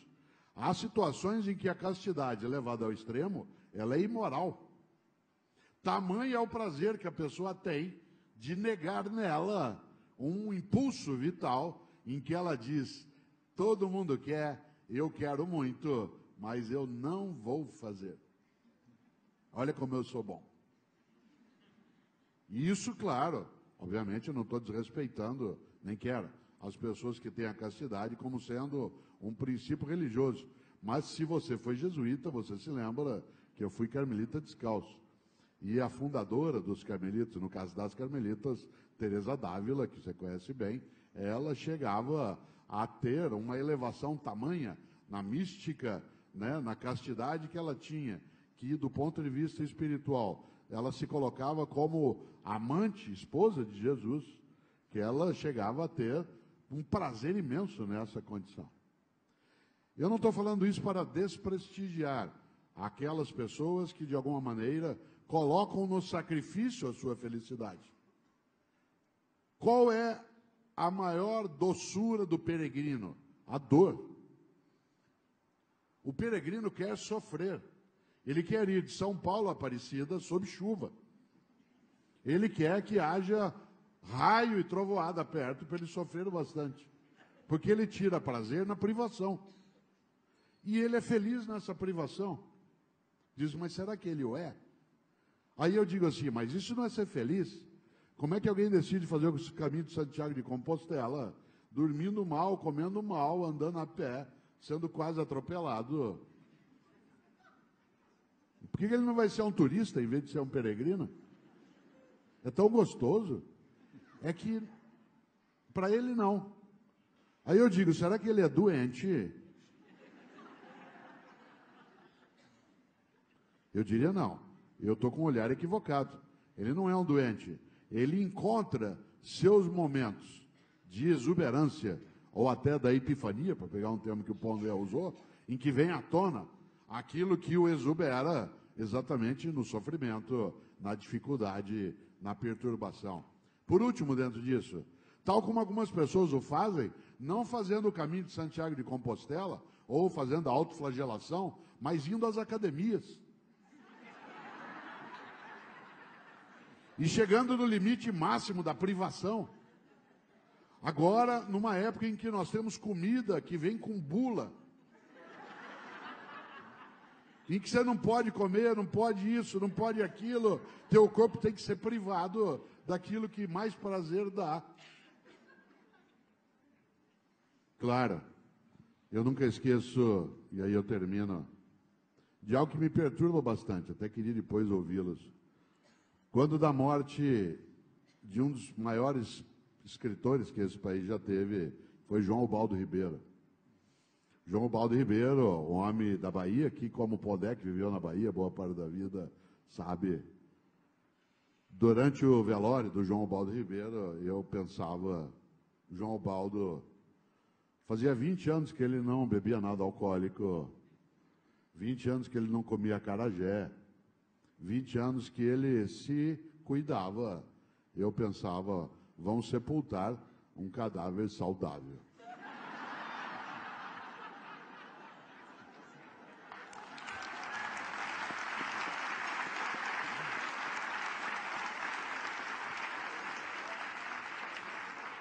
Eu não falo isso em causa própria. Mas eu penso que nossos modos negam um pouco, Pondé, a estupenda frase do Ana Cariene. Se todas as famílias felizes, elas se parecem, e as infelizes cada uma é ao seu modo, eu acho que também as pessoas felizes cada uma é ao seu modo. Algumas, claro, né, se privando, outras encontrando. Isso significa que há uma variedade nessa condição. Mas eu identifico em todos, eu concluo de verdade, identifico em todos uma questão. Há necessidade de carência. Por isso que o luto, ele é iluminador. Porque ele acende a luz naquilo que é escuridão. Aquilo que é o claro escuro de Drummond, né, é algo que ilumina, porque eu não estava enxergando. E é claro, isso marca imensamente essa condição. Eu não tenho dúvida que a memória, e aí até te coloco isso depois para pensar, a memória de teu pai, como sendo também teu mestre em idiomas, em conhecimentos, a fruição da memória, eu imagino que deva ser muito mais exuberante do que a presença da situação quando ela aconteceu. Isto é, estar ali ao lado, hoje, é muito mais uma imagem que é magnífica do que a vivência no momento que foi. Por isso que nós escrevemos, em grande medida, para não deixar perder as memórias. Nós temos um desespero de sermos esquecidos. E por isso a gente escreve. Porque não sermos esquecidos nos deixa felizes. Mas que a misericórdia, essa ideia maravilhosa, ela é sem dúvida. E por misericórdia, paro agora.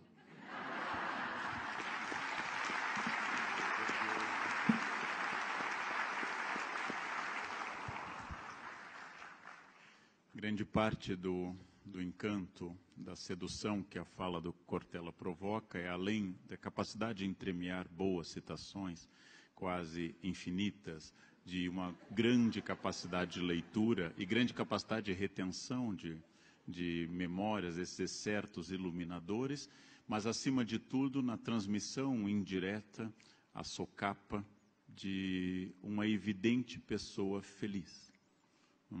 O Cortella transmite felicidade. Se não é, pelo menos um excelente ator, o que já é um elogio excelente. O Cortella transmite essa felicidade, seduz em parte as plateias por apresentar tanto a pessoa íntegra quanto a pessoa feliz, com excelente formação e capacidade esse uso da memória como iluminador, como excertos, como sentenças que costuram ideias. Para o Cortella, a interrupção da felicidade ilumina a própria felicidade. Felicidade não será permanente, será sempre fruída de forma em doses, e a falta vai provocar o aumento dessa felicidade. Pondé duvida um pouco mais da felicidade como projeto civilizacional. Pondé não acredita em uma natureza humana tendente à felicidade e considera que essa busca de felicidade, que é quase uma concepção budista, a busca da felicidade provoca profunda infelicidade.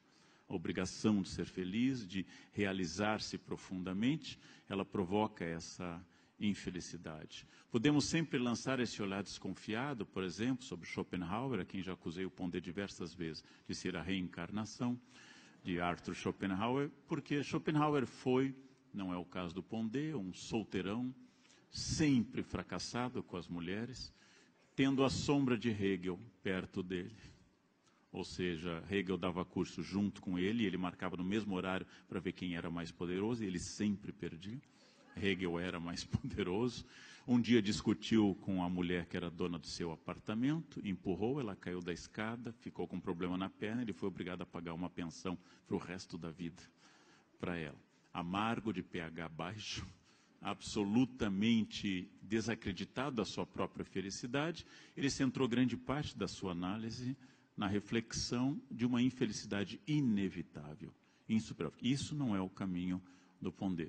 Muito mais próximo de Nelson Rodrigues, Pondé pontua com inteligência e habilidade que exatamente ser totalmente, ser autêntico, é um caminho superior à aparência, que inclusive as redes sociais tornaram quase uma simbologia obrigatória, já que todos no Face permanentemente são felizes, e ninguém jamais postou, como disse em uma palestra uma vez, ninguém jamais postou brochei. Ninguém jamais postou uma coisa dessa, porque todos são muito felizes. E são obrigados, inclusive, a postar fotos da própria família, sempre exuberante, sempre maravilhosa, sempre cercado de felicidade. Esse devir, este vir a ser, essa projeção utópica dentro da distopia que é a família, ela é um projeto que as redes sociais tornaram quase que uma gramática encobridora da percepção da dor e da oscilação.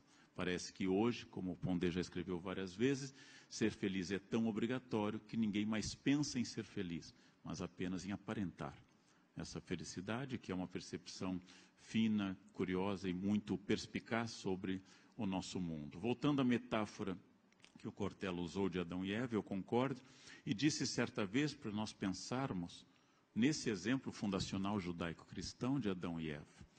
Adão e Eva são feitos dentro de uma empresa chamada Éden.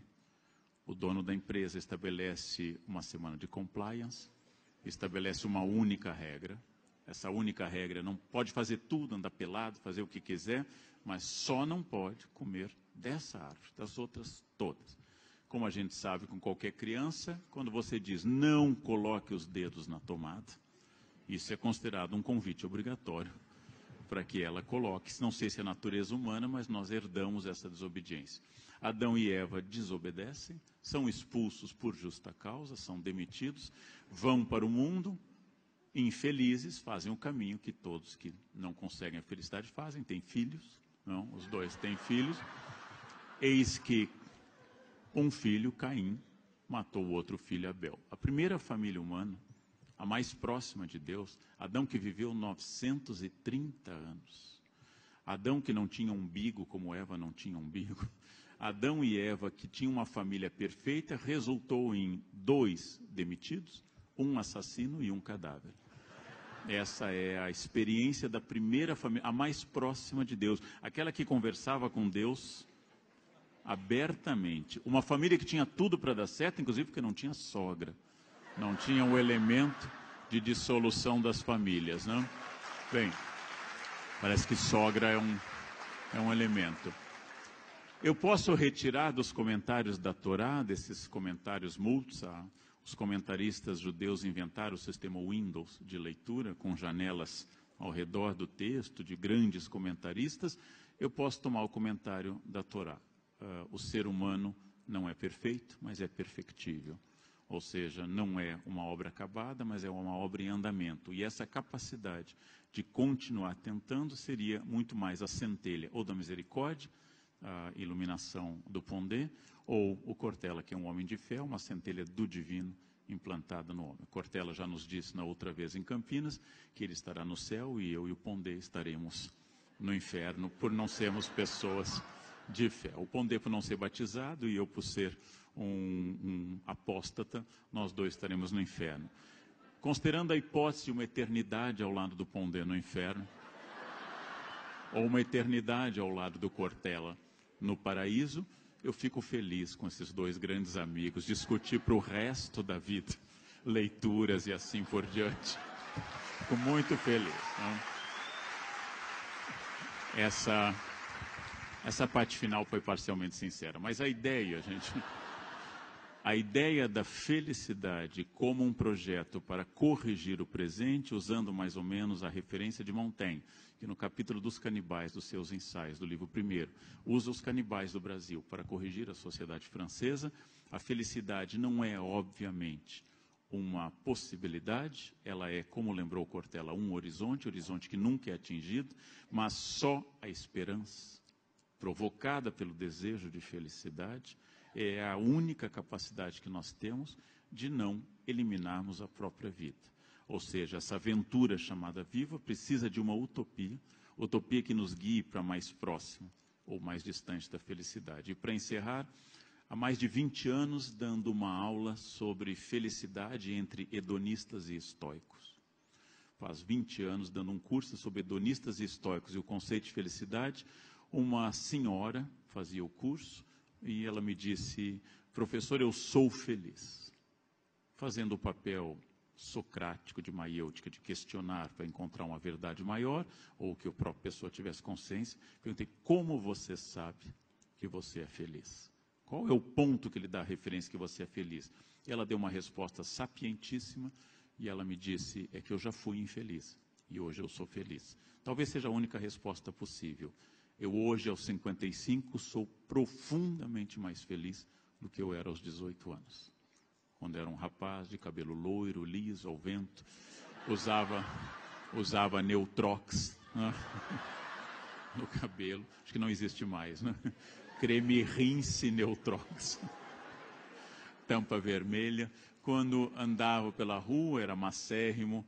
E naquela ocasião, não precisava de óculos para ler e assim por diante. Eu era mais cheio da moldura da felicidade. Mas, como diz Drummond, e eu acato inteiramente, amor é para pessoas maduras. O amor nunca é para gente muito jovem. A paixão é jovem. O amor é específico, como diz Drummond, um privilégio para gente madura.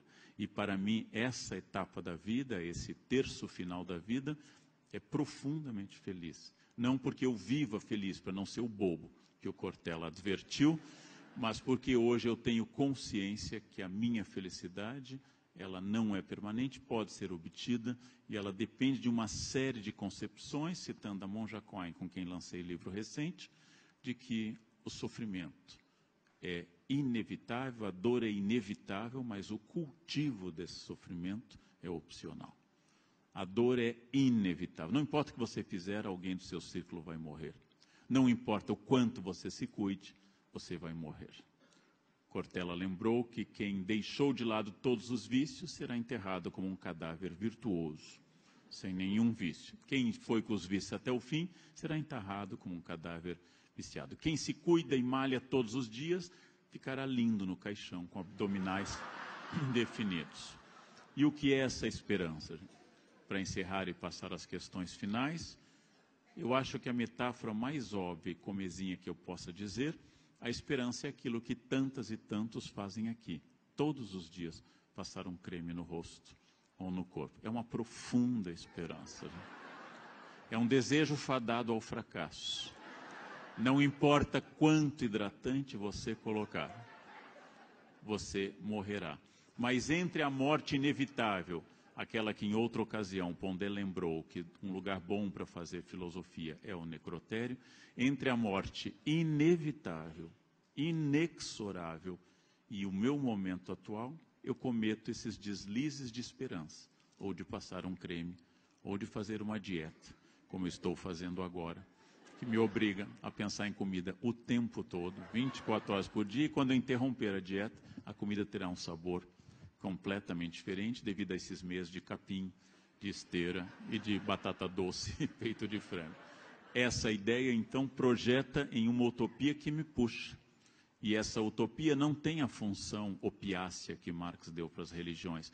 Ela tem uma função de aumentar a minha consciência de que a felicidade é possível, que ética não é uma ciência para anjos, mas que ética é uma ciência do perfectível.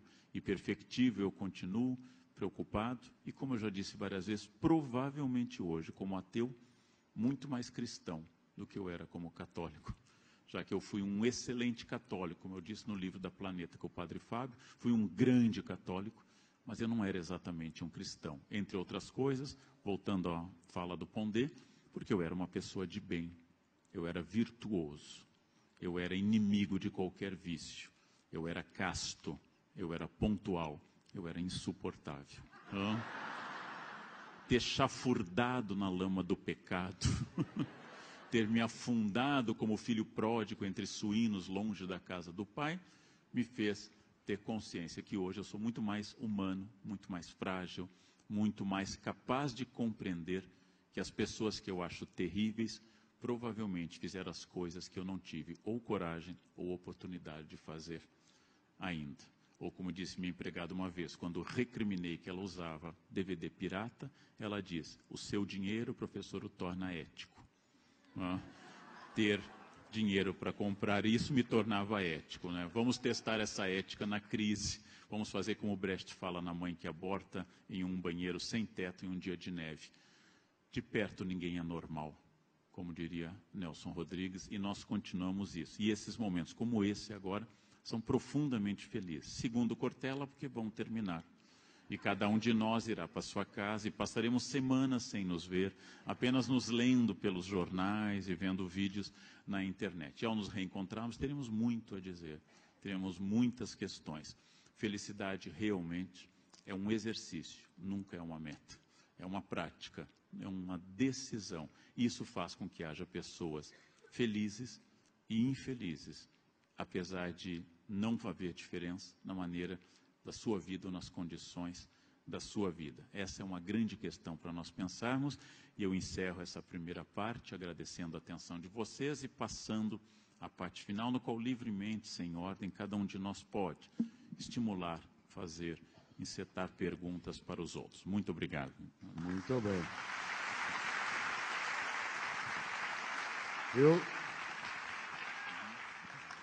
Eu tenho uma questão para o Pondé, que já tratei com ele de outros modos, mas sempre aprendendo.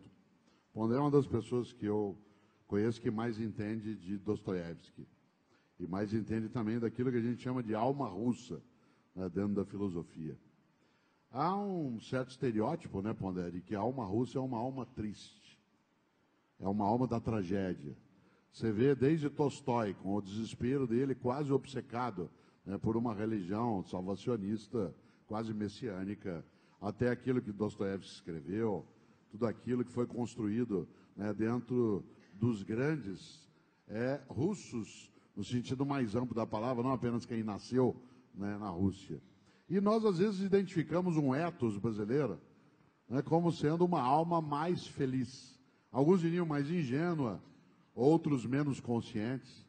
Você acha que existe a possibilidade de uma identidade nacional, onde a tristeza ela seja um combustível, né, para a vida e para a explicação da vida, como é o caso, por exemplo, da própria literatura? Você pega o Capote, né, o conto, você olha aquilo, você vê as coisas de Gogol e de outros autores falando, é o desespero completo. Essa atração pelo desespero, quase mórbida, né, ela é uma condição cultural, diríamos, mas você tem ideia de qual seria a fonte da alma russa? De fato, eu dedico um tempo à literatura russa, especificamente Dostoiévski e Tolstói, né? Já li bastante Tchekhov também, e em algum momento vou me dedicar a um texto de Fôlegos da relação entre literatura e desespero. Mas a primeira coisa que eu queria dizer é o seguinte: infelizmente, eu tenho uma notícia para te dar que, sobre o Baldo, poucos anos antes dele vir a falecer, nós enchemos a cara de uísque, eu e ele. Passamos uma noite bebendo, fumando, comendo e falando, vou falar em francês para ficar claro, merda a noite inteira. Certo? Então, assim, ele não morreu tão saudável assim como se pensa por aí. Me lembra, inclusive, foi na verdade quase 2 dias, me lembra, inclusive, uma passagem do filme recente do Churchill, em que ele está conversando com o rei, e o filme mostra ele tomando uísque no café da manhã e tal, e o rei pergunta para ele, mas me explique, como que o senhor consegue beber tanto? E ele responde, practice. Quer dizer, e como dizia o velho Aristóteles, virtude é uma ciência, a ética é uma ciência prática. Quanto você mais pratica, mais você fica capaz naquilo.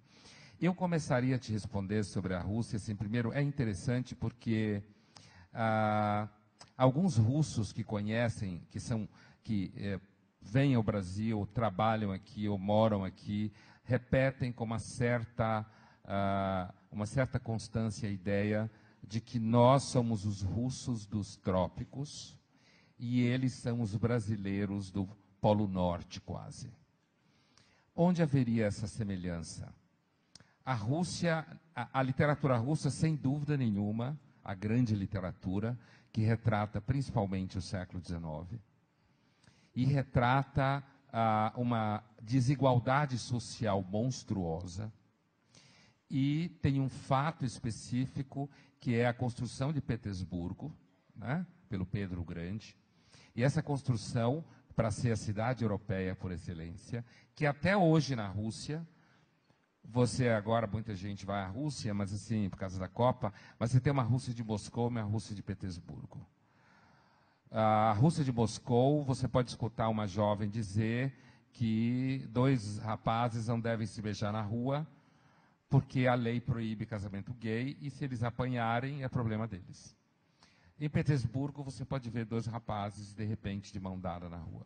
Só para mostrar os contrastes.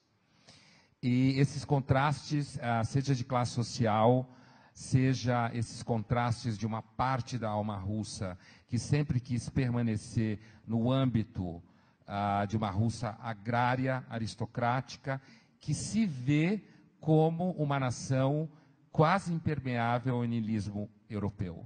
Isso até hoje está presente na Rússia. A ideia de que existe o niilismo europeu, uma destruição dos valores, e que a Rússia ela é impermeável porque ela não é a Europa e nem é a Ásia, ela é a Rússia.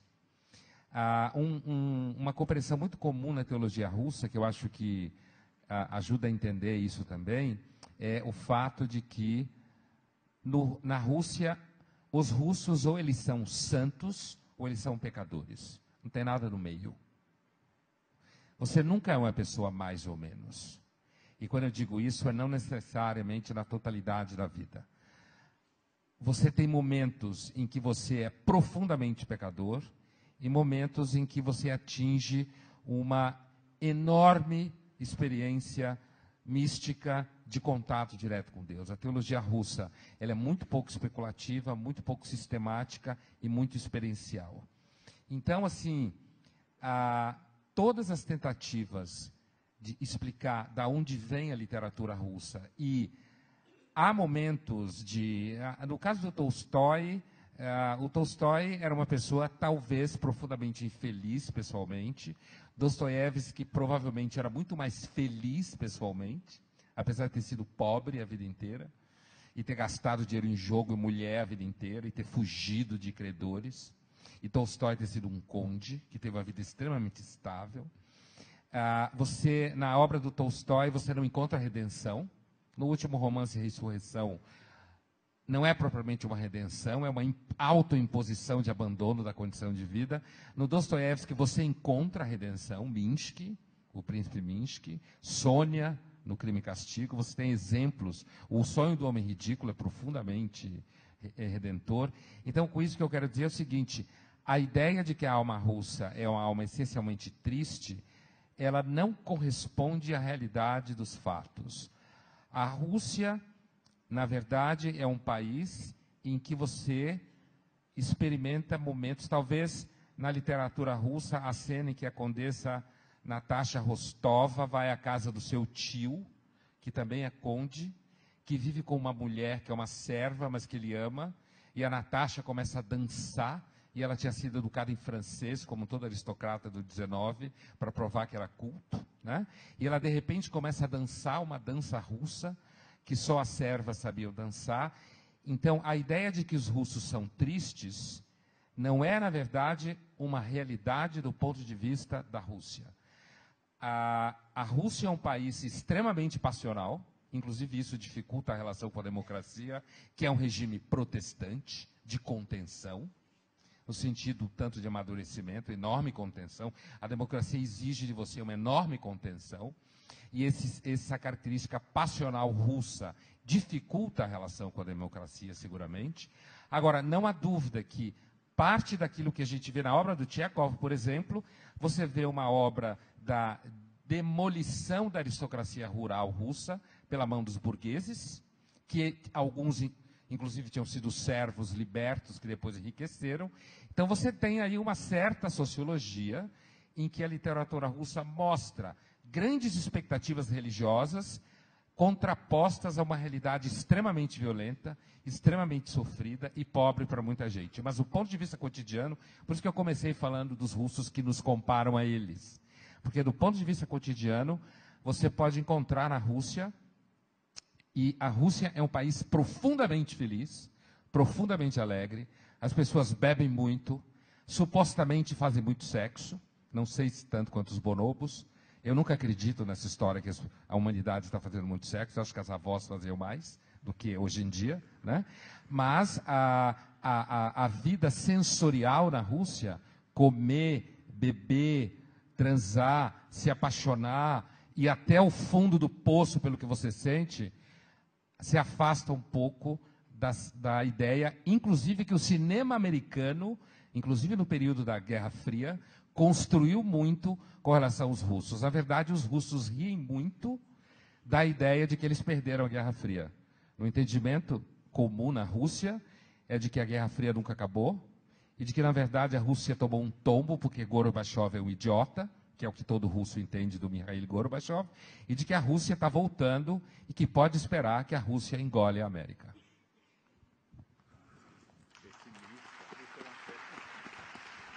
A Rússia é do cacete. Eu tenho tempo para mais uma última questão que eu farei ao Cortella. E tomando um ponto que já foi dito aqui, ao contrário da média dos filósofos e dos intelectuais, que à medida que avançam no conhecimento, vão perdendo a relação com a sua fé de um Deus pessoal ou de um Deus cultivado na família, o Cortella permaneceu como um homem de fé, como grandes amigos filósofos meus, como Giacoia, como Franklin Leopoldo Silva, filósofos de primeira linha e absolutamente católicos, e frequentadores de missa, de confissão, e assim por diante. Outros filósofos afastaram-se da ideia de religião, como o próprio Pondé, afastaram-se dessa ideia e o Pondé tornou-se um ateu. Mas a pergunta que eu faço ao Cortella, se houve algum choque, seja do ponto de vista prático, reflexivo, racional, entre seu estudo intenso e profundo e a sua convicção da ideia de um Deus pessoal, ou, repetindo um pouco Sartre, como você coaduna a sua liberdade, pressuposto básico, com a onisciência divina e com a existência de um plano anterior a essa liberdade. Interessante porque muitas vezes as pessoas dizem, você é católico? Eu digo, já o fui. Eu tenho referência católica, tenho tradição católica, mas eu não me coloco nessa condição porque eu não sou um frequentador de culto, não sou alguém que vai até os cultos católicos, portanto, eu acharia uma ofensa aos católicos se eu me colocasse na mesma condição de modo morno. Outra coisa é perguntar se eu sou uma pessoa que tem religiosidade. E eu a tenho em larga escala. Aquilo que estudei em filosofia ou em teologia não colidiu com essa condição. Em grande medida, o estudo de filosofia demoliu um pouco daquilo que é a exterioridade da religião. Aquilo que Mircea Eliade lembrava, o rito reforça o mito. Em alguns momentos, a racionalidade que a filosofia pode oferecer, ela mostrava que alguns dos ritos eles não tinham nenhum tipo de seriedade e que parte dos mitos eram tolos. E, nesse sentido, não há uma diminuição da fé. O que há, no meu caso específico, é uma consolidação de uma fé menos alienada em relação a símbolos e, ao mesmo tempo, a representações que fazem parte desse andaime. No entanto, eu tive e tenho dessa trajetória algo que não é a prática de uma religião, mas uma perspectiva de religiosidade em que um dos grandes contributos que o mundo judaico e depois o mundo cristão ofereceu à minha formação é algo extremamente animador, que é a ideia de pecado. A noção da falta. E quando eu falava antes em ausência, eu colocava também a falta nesse campo como sendo aquilo que permite que eu não me desumanize, mas que eu não caia na armadilha da perfeição como realidade, em vez de sê-la como aspiração. Nunca esqueço do Stendhal, num dos seus contos mais magníficos, que há uma cena maravilhosa, que é uma princesa no alto de uma torre, num castelo, numa noite de muito calor, um calor imenso, e a princesa tomava um sorvete delicioso. Enquanto ela tomava o sorvete, ela pensava, pena que não é pecado. Porque se pecado fosse, ia agregar muito mais felicidade àquela condição. Por que eu estou dizendo isso? Não acho que haja uma oposição entre essa formação, digamos, mais cartesiana até. Meu primeiro livro foi sobre Descartes. Um livro até com um título contraditório, que é Descartes, a paixão pela razão. E é claro que a intencionalidade do título era lidar com essa condição de não fazer com que Descartes saísse para que Pascal entrasse, ou tirar Pascal da sala para que Descartes pudesse ali estar. Assim como eu não acho, né, que se deva fazer uma colisão entre essas perspectivas na qual o pensamento filosófico ele admite a percepção de uma religiosidade que não é ateia, mas de uma religiosidade em que você não tem mitos. Você tem crenças em forças que não necessariamente são de natureza constitutivamente mitológica. Quando alguém me pergunta sobre, por exemplo, Deus, eu digo, Deus é uma palavra que não é unívoca, tem que aparecer entre aspas. Né? E essa ideia de uma polissemia da expressão, no entanto, ao contrário, né, de algumas situações, a minha capacidade de identificar, né, a força da vida em relação àquilo que é algo que eu desconheço, um mistério no qual eu participo e que não domino, mas que eu não quero dele me ausentar, talvez, e aí eu concluo, me aproxime de Manuel de Barros, um homem que morreu com quase 100 anos de idade, e ele com mais de 90, alguém olhava e dizia, como é que o senhor se sente aos 94 anos? Ele dizia, eu não estou indo em direção ao fim, eu estou indo em direção às origens. Eu acho que eu estou indo em direção às origens. Essas origens podem ser mitificadas, construídas de um modo infantil, ou elas podem ser entendidas como uma fonte, e aí sim, de verdade, fecho, que não é uma fonte de inteligência, mas é uma fonte de vitalidade. E, nesse sentido, para mim, a filosofia, a ela não se opõe. E eu tenho absoluta certeza que, lá de onde eu estiver, no alto, olharei vocês dois, sedentos,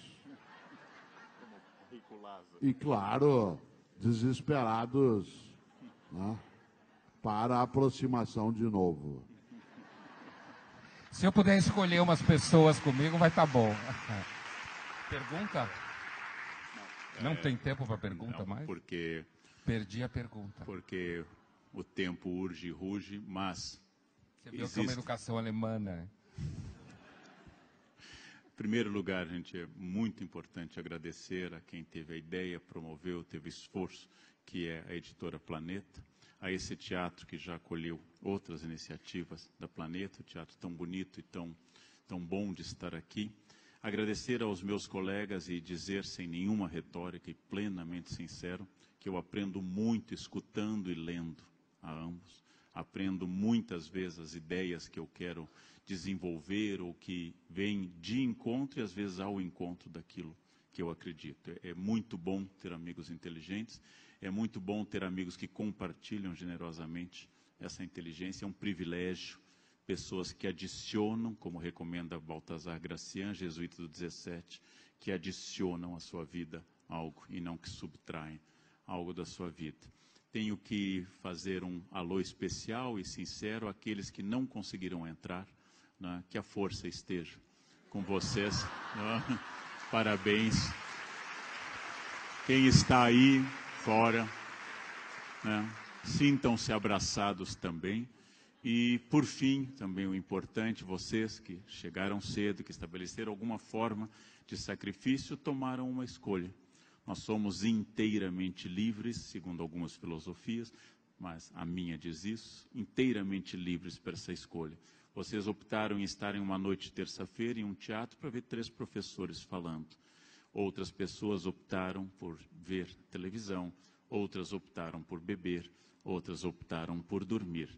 Vamos imaginar daqui a um ano o que terá mudado na vida de vocês e das pessoas que dormiram ou beberam. E vocês vão ver que a escolha por aprender, concordando ou discordando, é uma escolha sábia sempre, né? Com prazer, com alegria, como foi visível nas manifestações de vocês, que houve prazer e houve alegria, e conhecimento para mim só pode ser um conhecimento alegre, conhecimento que introduz a felicidade.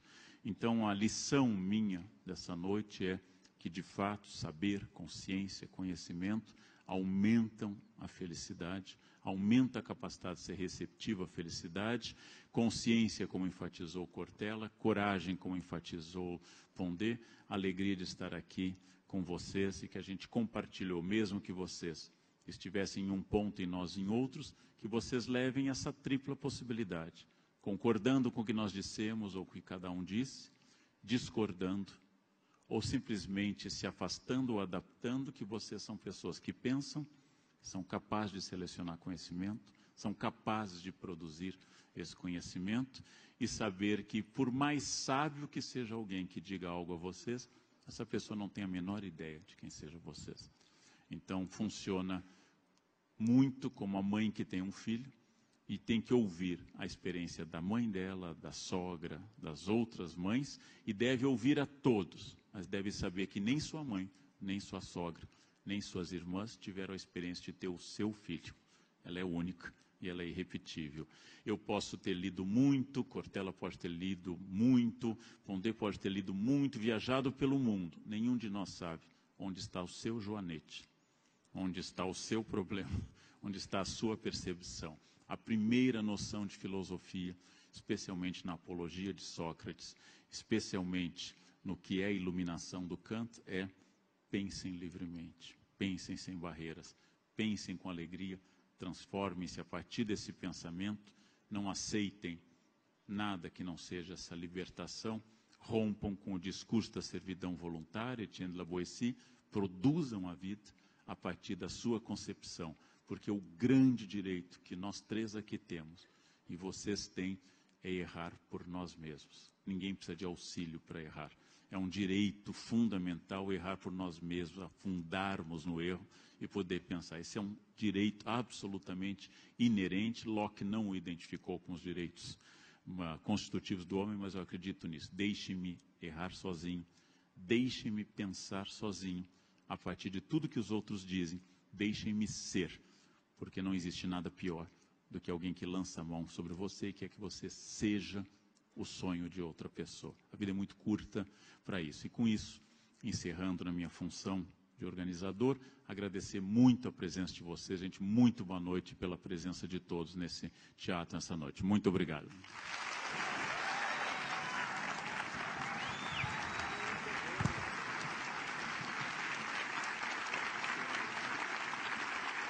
Vai chegar lá, então.